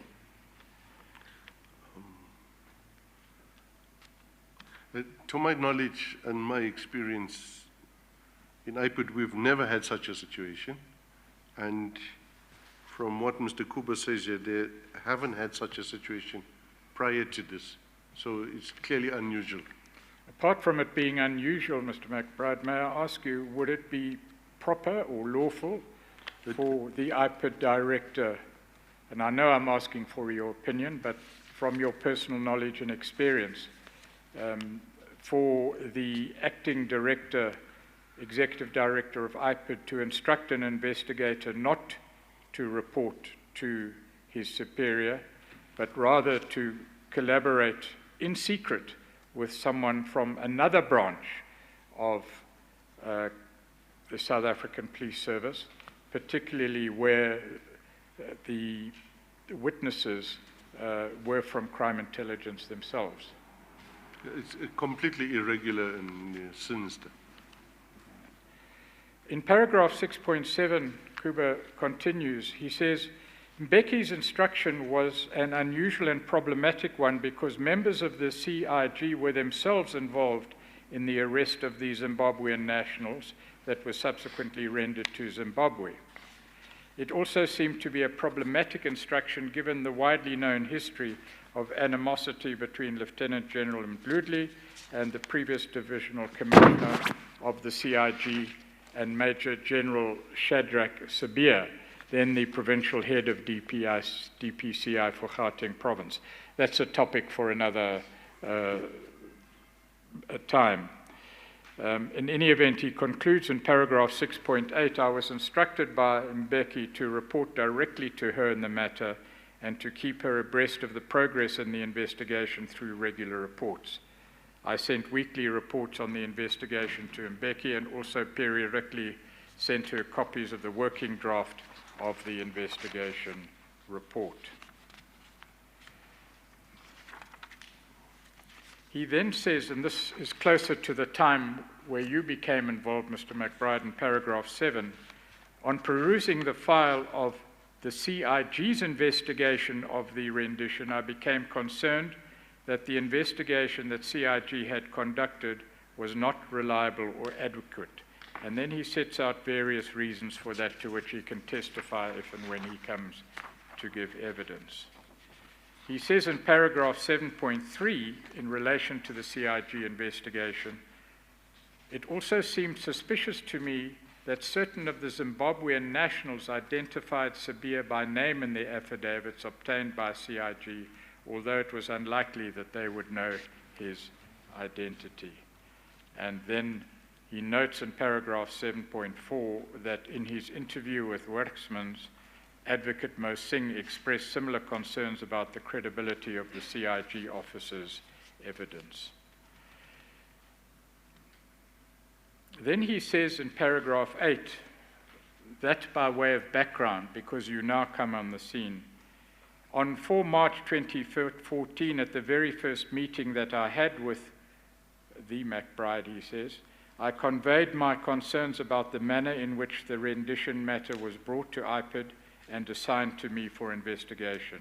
I told McBride that I felt uncomfortable and suspicious of the involvement of CIG in the investigation, and the instruction that I was not to discuss the investigation with Sissoko, but to report directly to Mbeki. What do you say about that statement in paragraph 8? Is it correct? Do you have any comment? That's a reflection of the discussions we had during the first occasion of being briefed.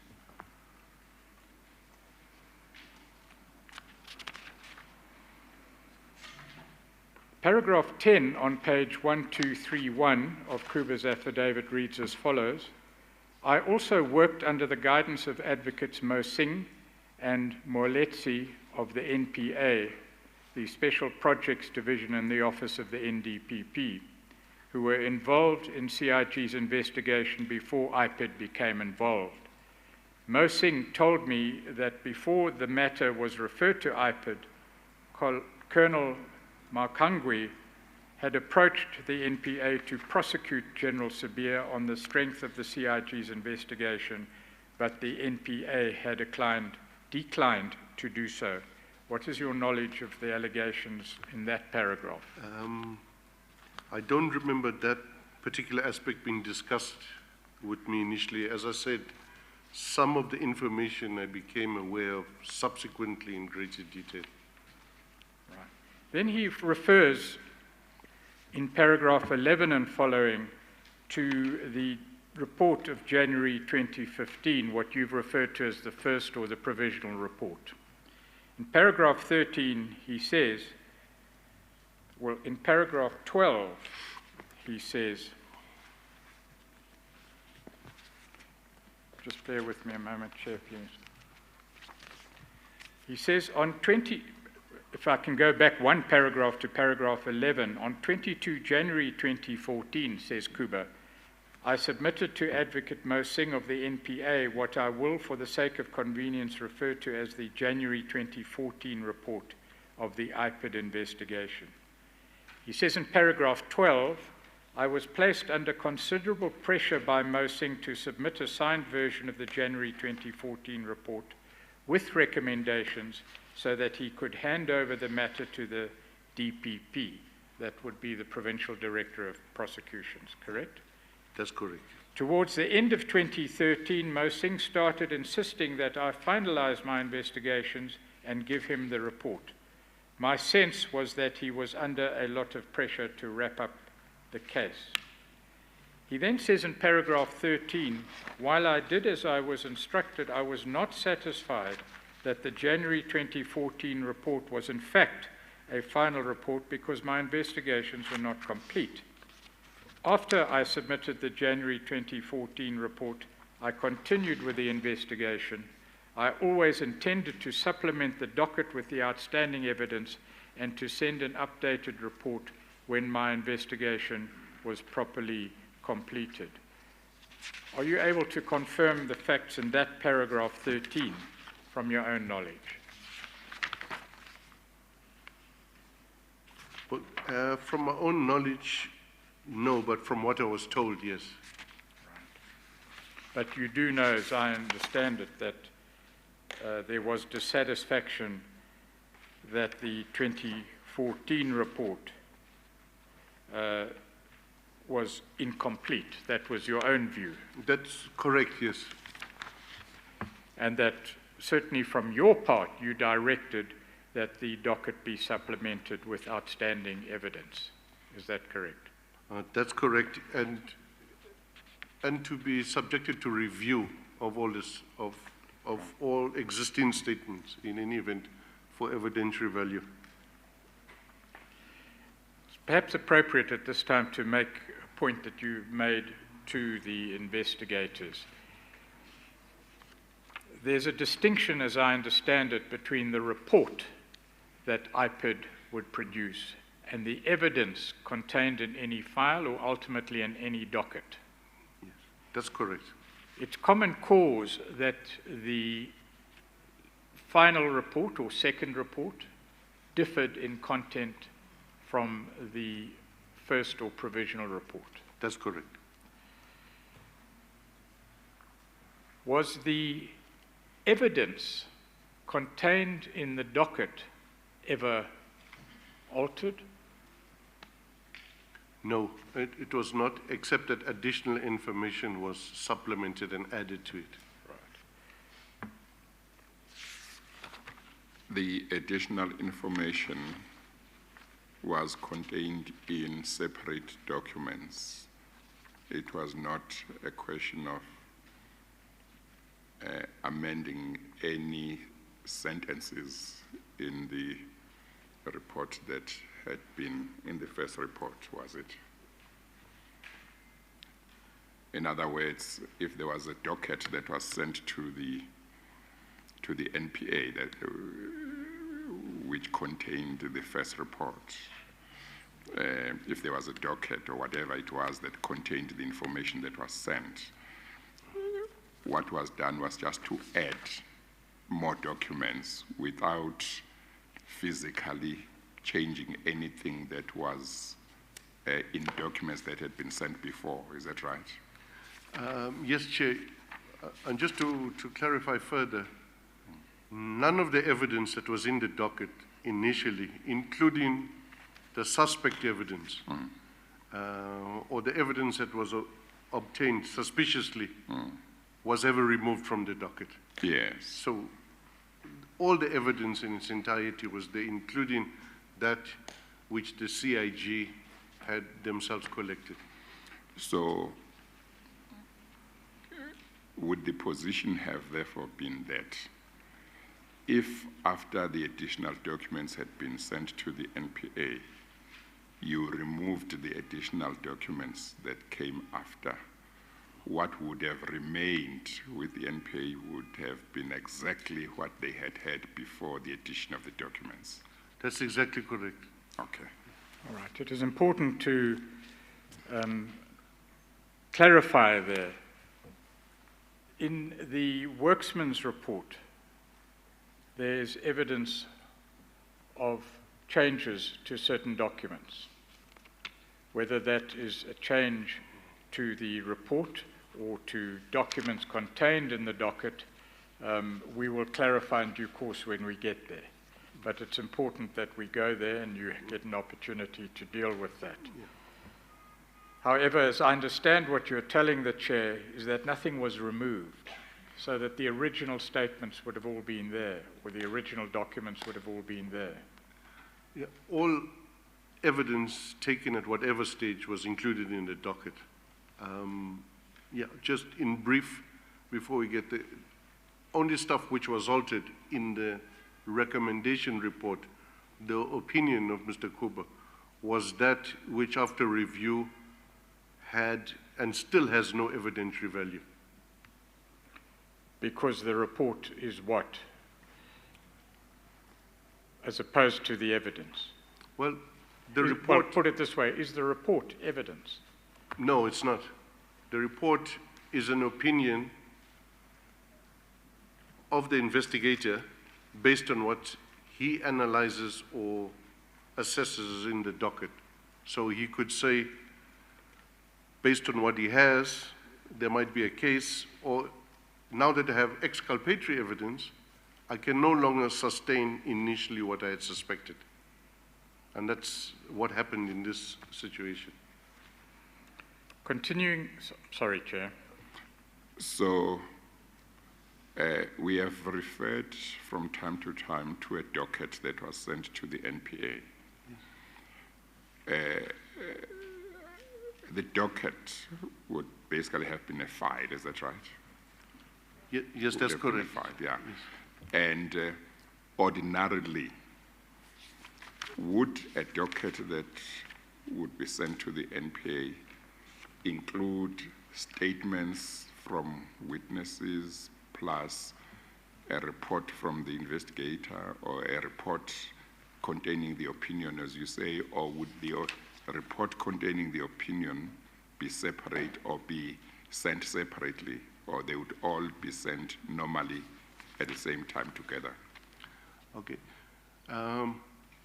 Chair, the recommendation report is not evidence.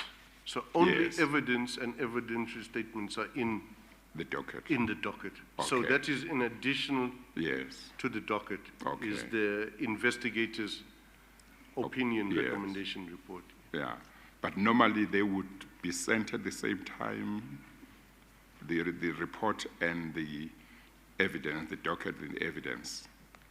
That's correct, Chair. They go at the same time. Yes, okay. But what would otherwise be in the docket would be witness statements. Is that right? That's correct. And whatever exhibits may be, That's they correct. might be there. Okay. That's correct. Thank you.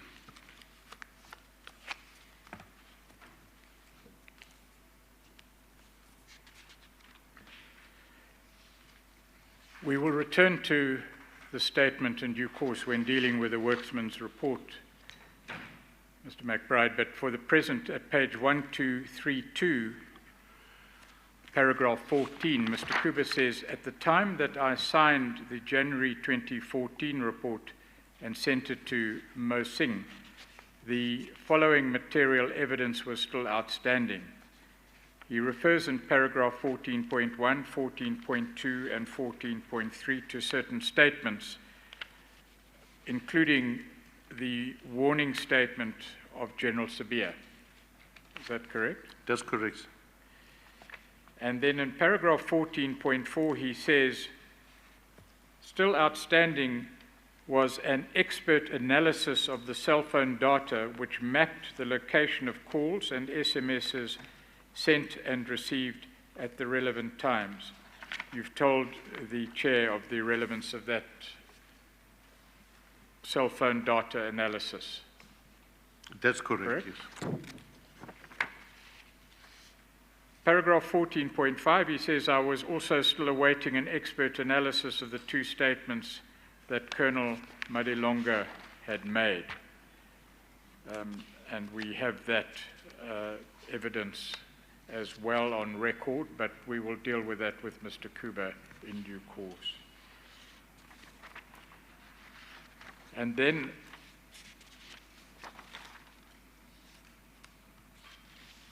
in paragraph 14.6, he says that a copy of Madilonga's 3 statements are attached. My concerns about Madilonga's credibility were confirmed by the expert analysis that I subsequently received from Precision Forensics on 17 March 2014, and he attaches that report. Who was Madilonga? Madilonga was the crime intelligence officer who was based at Beitbridge, who allegedly phoned General Dramat to say the Zimbabweans had arrived and they're on their way to you. Right. He was the so-called eyewitness, I understand. Is that correct? Well, he was a witness that initially linked General Dramat to the Zimbabweans' arrival. Through the SMS invitation? From memory, it was a phone call. Yeah. Okay, all right. In any event, he says in paragraph 15, finally, on page 1234, finally for present purposes, not finally in his affidavit, after I sent the January 2014 report to Mo Singh, I continued to gather and analyze the evidence. That is consistent with what I understand your evidence to be. Sorry, Chair, can you just remind me again which number is it? Page 1234, Yes, I have that. paragraph 15, I have that, yes. the first sentence. Yes, Is that correct that's correct, yes. to your knowledge? That's correct, yes. And in fact, you managed and directed that further gathering and analysis of evidence. Is that correct? After the January 2014 report, or certainly after your briefing in March? Yes, I think also what is key for the purposes of this rendition issue is that in 15, that on the 28th of February, Mo Singh replies to Kuba and advising that that evidence which had been emailed must now be attached to the docket, which now is at the South Gauteng DPP's place. So that is the second sentence of 15. Oh, the third sentence, sorry, Chair, is critical. If you go to page 1266, you will see the annexure to the affidavit of Mr. Kuba. It's a communication from Anthony Mosing of the NPA to Mr. Kuba, dated the 28th of February 2014. That's correct, sir. The subject is response to questions posed by IPID - Major General Shadrach Sabir. It reads, Dear Mr. Kuba, in light of the fact that the matter has been referred to the DPP of South Gauteng for decision, that's the Director of Public Prosecution, South Gauteng, you are requested to file this evidence in the docket, which is presently with the DPP South Gauteng, and in future forward any additional evidence or other matter directly with him, it reads. Kind regards, A. Mosing. So it seems that the docket had already been handed on to the DPP for prosecution. Yes, safe to add that without the new evidence. Yes. Indeed, because that was still in the process of being collated. That's correct. And that's the point made in paragraph 15 by Mr. Kuba, as I understand it. That's correct. We will deal with the remainder of the evidence of Mr. Kuba in this affidavit, either indirectly through yourself when we deal with the worksman's report, or directly from Mr. Kuba himself, if and when he gives evidence. So for the present, if we may return to your statement.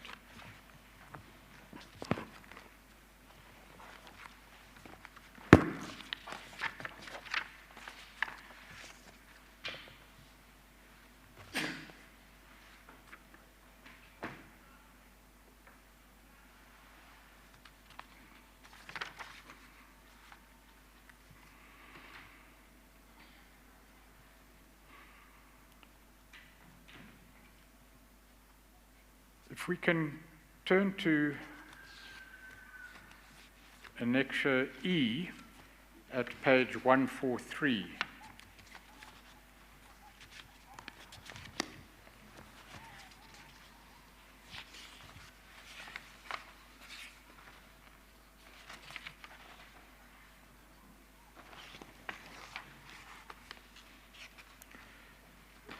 Yes, I have it. This is an application to the High Court, Gauteng Provincial Division, to interdict your suspension and to obtain interim relief. Is that correct? That's certainly in Part A. That's correct, Chair. And Part B is to set aside your suspension on various grounds. That's correct. Amongst those grounds, on page 145, is that the apparent empowering provisions empowering the Minister of Police to suspend you or remove you from office as Executive Director of IPID would be unconstitutional. That's correct. That's eventually what the Constitutional Court found. That's correct. Although it was found that the matter was not urgent and you were not afforded interim relief. Is that correct? That's correct, Chair.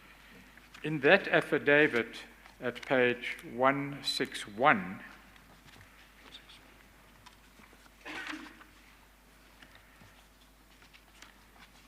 you deal with the matters related to the independence of IPID. We needn't traverse them again in any more detail. Do you see that? That's correct. And on page 163, you say in paragraph 37, in the context of IPID, it is especially important that the Minister of Police does not have a broad power to suspend the Executive Director. Given that IPID's function is to investigate complaints of misconduct by members of the SAPS and to maintain effective oversight over the SAPS, it is essential that the IPID remains strictly independent of the SAPS.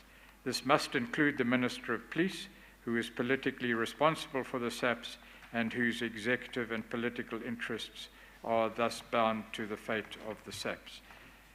In general terms, those sentiments or propositions were accepted, I understand, by the Constitutional Court, in general terms, not in their detail. That's correct, Chair.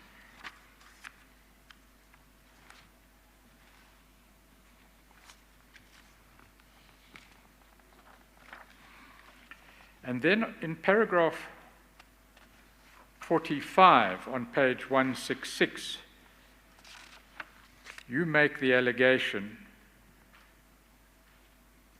as follows: as I have explained, the Minister's intention to suspend me is calculated to undermine or suppress the IPID investigation report that vindicates Dramat and Sabir, and upon which the Minister has relied to justify his suspension of them.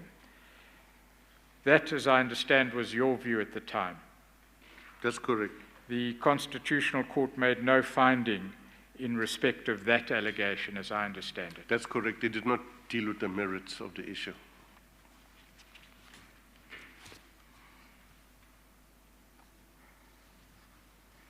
In paragraph 27, you speak of a circumstance that occurred before your suspension. Perhaps we should just put matters in their proper context. What paragraph is that? Paragraph 27. 27. When, by whom, and how were you suspended? I was suspended by the Minister, Minister of Police. the Minister of Police, and the Portfolio Committee, which should hold the Minister accountable and should be involved in the protection of IPID's independence, did not intervene to protect the independence and hold the Minister to account. Instead, parts of the Portfolio Committee, which is regarded as a study group, which involves the Minister and the ANC caucus of the Portfolio Committee,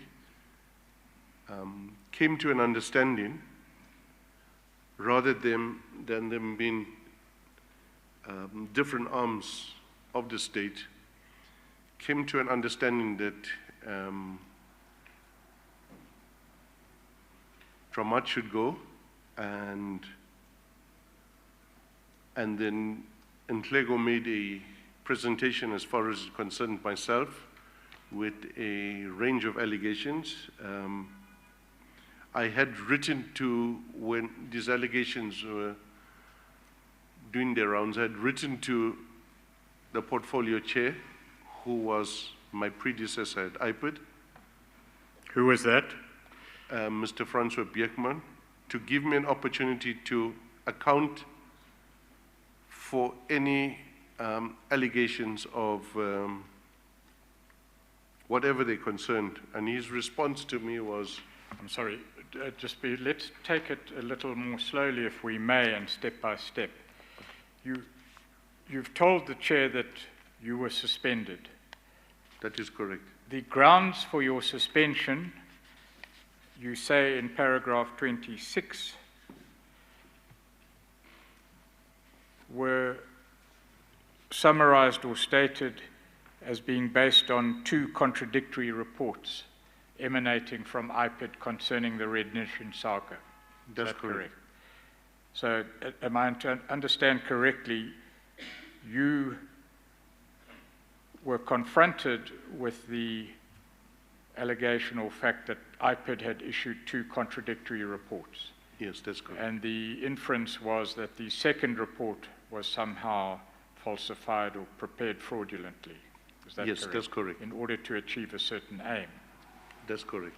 That is the subject matter of the Worksman's report, which we will deal with in due course. But on this basis, before your suspension, you wanted to approach the Portfolio Committee. May I just ask, is there a difference between the Portfolio Committee on Police and the study group that you refer to, or are they the same thing? No, there are different things. The Portfolio Committee is an all-party committee, and it's a statutory body of a parliament. Yes, that's as we understand it. Yeah, yes. Whereas the study group is a group which includes ANC members, which is only ANC members in the study group, and officials who attend the study group. So it's, if I can just take it further, the study group is actually an example of where Parliament fails to hold the executive to account. Its existence and the fact that they have to agree on issues undermines the issue of separation of powers and the issue of holding the executive to account by its very existence as a caucus. For the purpose of your evidence in paragraph 27, which entity were you seeking to address, and which entity was chaired by Mr. Francois Beukman, the Portfolio Committee or the study group? It was the Portfolio Committee, the larger committee, multi-party committee. Right. But the decisions are taken in a study group. Everything that is discussed in the Portfolio Committee, and on one or two occasions I've been called to the study group to explain or level allegations against me. I can say with very little doubt in me that the present study group that's on its way out was hardly ever supportive of IPID and its independence. But to answer your question, Chair, directly. If I may just intervene there, Mr. McBride. We're dealing here with the Portfolio Committee, which is enjoined by Parliament to exercise oversight, and your evidence here is relevant to parliamentary oversight over what was occurring here. You asked Mr. Beukman for an opportunity on behalf of IPID before your suspension to address the Portfolio Committee. What was Mr. Beukman's response? Mr. Beukman's response was that this matter is sub judice since it's in court. And Correct. it was in court precisely for the unconstitutionality of the minister's unilateral decision to suspend me. All right. You then go on to say that, quite contradictory to the approach adopted by Mr. Beukman in regard to your request, Mr. Nhleko in fact did address the Portfolio Committee. Is that correct? That's correct, Chair. Right. Before you go on, perhaps that's a convenient time because we are at 5 o'clock, Chair. Oh, yes. Maybe tomorrow we should start at 9:30 again, or 9 o'clock. May we compromise at 9:30, Chair? I have other matters to attend to. Other matters, yeah. What's your current assessment of whether we will finish tomorrow? My current assessment is that we won't. It's not pressure on anybody. I just want to assess whether we should put in more time or not. Yes, I don't feel the pressure of more time, Chair. Yeah. I do feel the pressure of having to make a forecast. Yeah. Chair, okay, maybe we should start at 10 to give you that little bit of time in the morning. Thank you, Chair. I'd be grateful. Yes, yes. Okay, all right. We'll adjourn, and then tomorrow we'll start at 10 o'clock. Thank you, Chair. We adjourn.